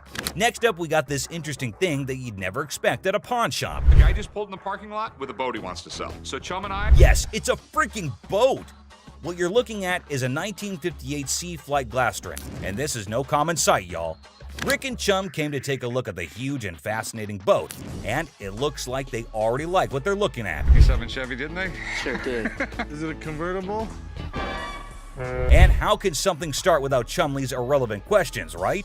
Like always, he was more worried about the boat being convertible or not. Well, Chum, you definitely cannot expect everything to be fancy, okay? Despite that, I can't help but love Chumley's confidence. Meanwhile, the seller has made up his mind to demand a hefty $10,500 for the boat. Let's hope he can make just as much from the master of negotiation. And this time, the item in question was a timeless beauty, created in 1958, standing tall, defying the effects of time. Whoever maintained it surely did it with the utmost care and dedication. Great work right there, but I think someone is already getting busy coming up with the numbers. It looks just like the 57 Chevy I got for the old man's birthday. It's definitely tempting because Rick's already deciding how he was going to pitch this look-alike a 57 Chevy. this Glastron boat is awesome, but boats are tough to sell, so it has to be a home. Like he already said, boats are money pits. I mean, nobody would want to keep this huge boat in their homes as an antique. Quite rare, as the word suggests itself. But this seller is definitely giving Rick tough competition. With all that USP knowledge he was throwing about, he came in here ready to face the pawnbroking world. Do you know why? Because it was a little 17-foot boat. No, because it was fiberglass. No more wood boats. Wood boats were moving out. But what happened next was totally unexpected. 10-5. In an unexpected turn, the owner of the boat bravely revealed a startling price tag, $10,500. Wow, that's crazy. What do you think Rick is gonna do? Will he buy it or break it? I don't even want to make you an offer. There's too much work that's got to be done for me to make anything. Did you see that? Rick didn't even make an attempt to convince the donor to accept a lesser price. But that's exactly what the show is all about, expecting the unexpected. But you cannot miss this museum piece that just made its entry into the shop today. A man brought in an ancient coin, a portrait of Julius Caesar from the month before he was assassinated. Well, I have a coin here. It's a portrait coin of Julius Caesar from the month before he got assassinated. But before that, quick history lesson. Did you know Caesar was the first living person to be depicted on Roman currency? Back then, this honor was only reserved for the gods, so you can imagine Caesar's position in the society. So you know that having him on a coin is quite exclusive, and any historical coin collector would be yearning to get their hands on this coin. Would do what was necessary to preserve the Republic. Okay, and no matter what he did in office, Rick was taken in by the intriguing offer, and his sincerity came through, creating a favorable environment for a possible deal. Rick, though, sticks to his strategy since he was logical. As you know, the man is a smart specialist who always seeks professional advice before taking major action. But let's see what the price on offer is. how much were you looking to get out of it? I want $4,400, please. Okay. I like this man's confidence and how he's so adamant about the asking price, exactly the way it should be. The style is correct. Everything is right. Okay. It's perfectly genuine. The expert's analysis is giving us a ray of hope with each passing second. So let's see what the experts have to say. $1,500. Retail? Retail. Wait, what was that? $1,500? Are you kidding me? I thought that coin was a big deal. But what just happened? It's ridiculous. I mean, sometimes you can never explain how things turn out to be in the pawn world. Just like this episode where a man walked in claiming to have a 1951 Yankees team signed ball. 1951 Yankees team-signed baseball. For those who may not know, the New York Yankees of the 1940s and 1950s were the most dominant team in baseball history.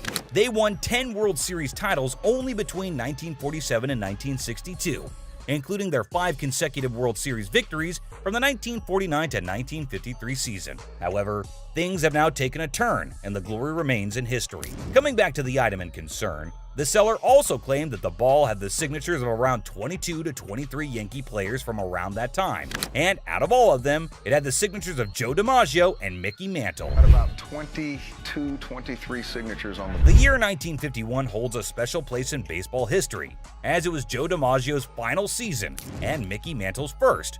Also, Yankees won their 14th World Series that year. Buckle up, because this episode is sure to amaze you. My grandfather went to a game in 1951 with my mother and received The seller said that it was his grandfather who managed to get this iconic baseball. According to him, his grandfather went to a game in 1951 with his mother and received the autographs from a friend of his that was involved with the team. Well, sounds fair enough to me. Baseball doesn't really mean a lot to me. It's got some family heritage, but it's a baseball. I wonder why so many people want to sell something that has an emotional connection with them.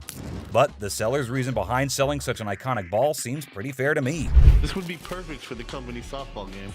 Chumley, I'm fixing to hit you. Charlie was trying to play the fool, but Benjamin remained unaffected, steadfastly focused on the business at hand. Benjamin saw nothing but the business and got right back into it. I don't trust this guy. I don't trust nobody.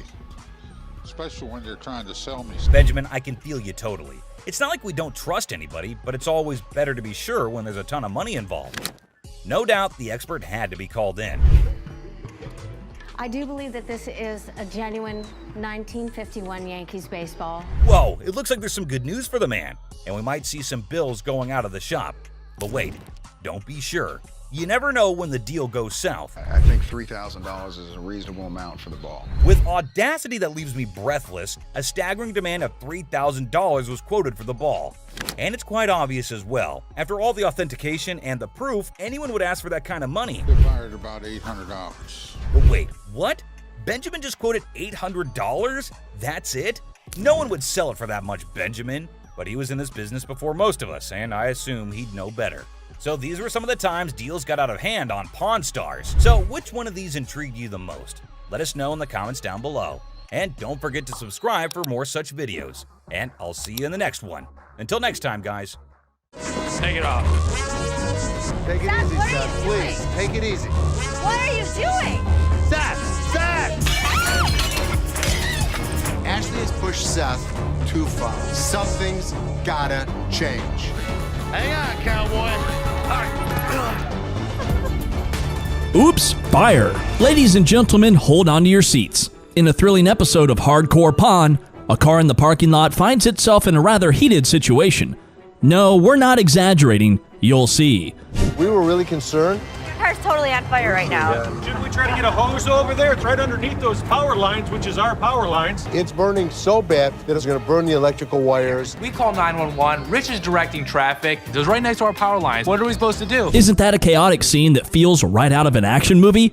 However, in the middle of all the frenzy, check out this guy. You won't want to miss this. As his car's in flames, this guy is pulling out his fire helmet, his fire jacket, fire equipment. I'm thinking, what the is going on? All right, dude, this thing's starting to go. Now we got to come up with another plan. And that's going to cut up those power lines. Les, it's time to act. That fire could get worse. How about grabbing your phone and dialing 911? You know, to keep things safe and sound. Makes you wonder what these guys go through. He's inside of the hood like it's nothing at all. Because of the wonderful effort, the Detroit Fire Department, they saved the day. There's a recall on that part. I haven't taken it in yet. You were stupid. You were stupid. That was a bad day for not to take in your car for a recall. The toilet. All right, who's in the mood to take a big dump?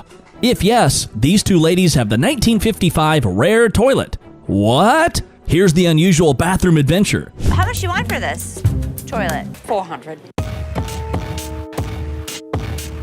They don't make them anymore, and I saw a pink one online, and they wanted $600.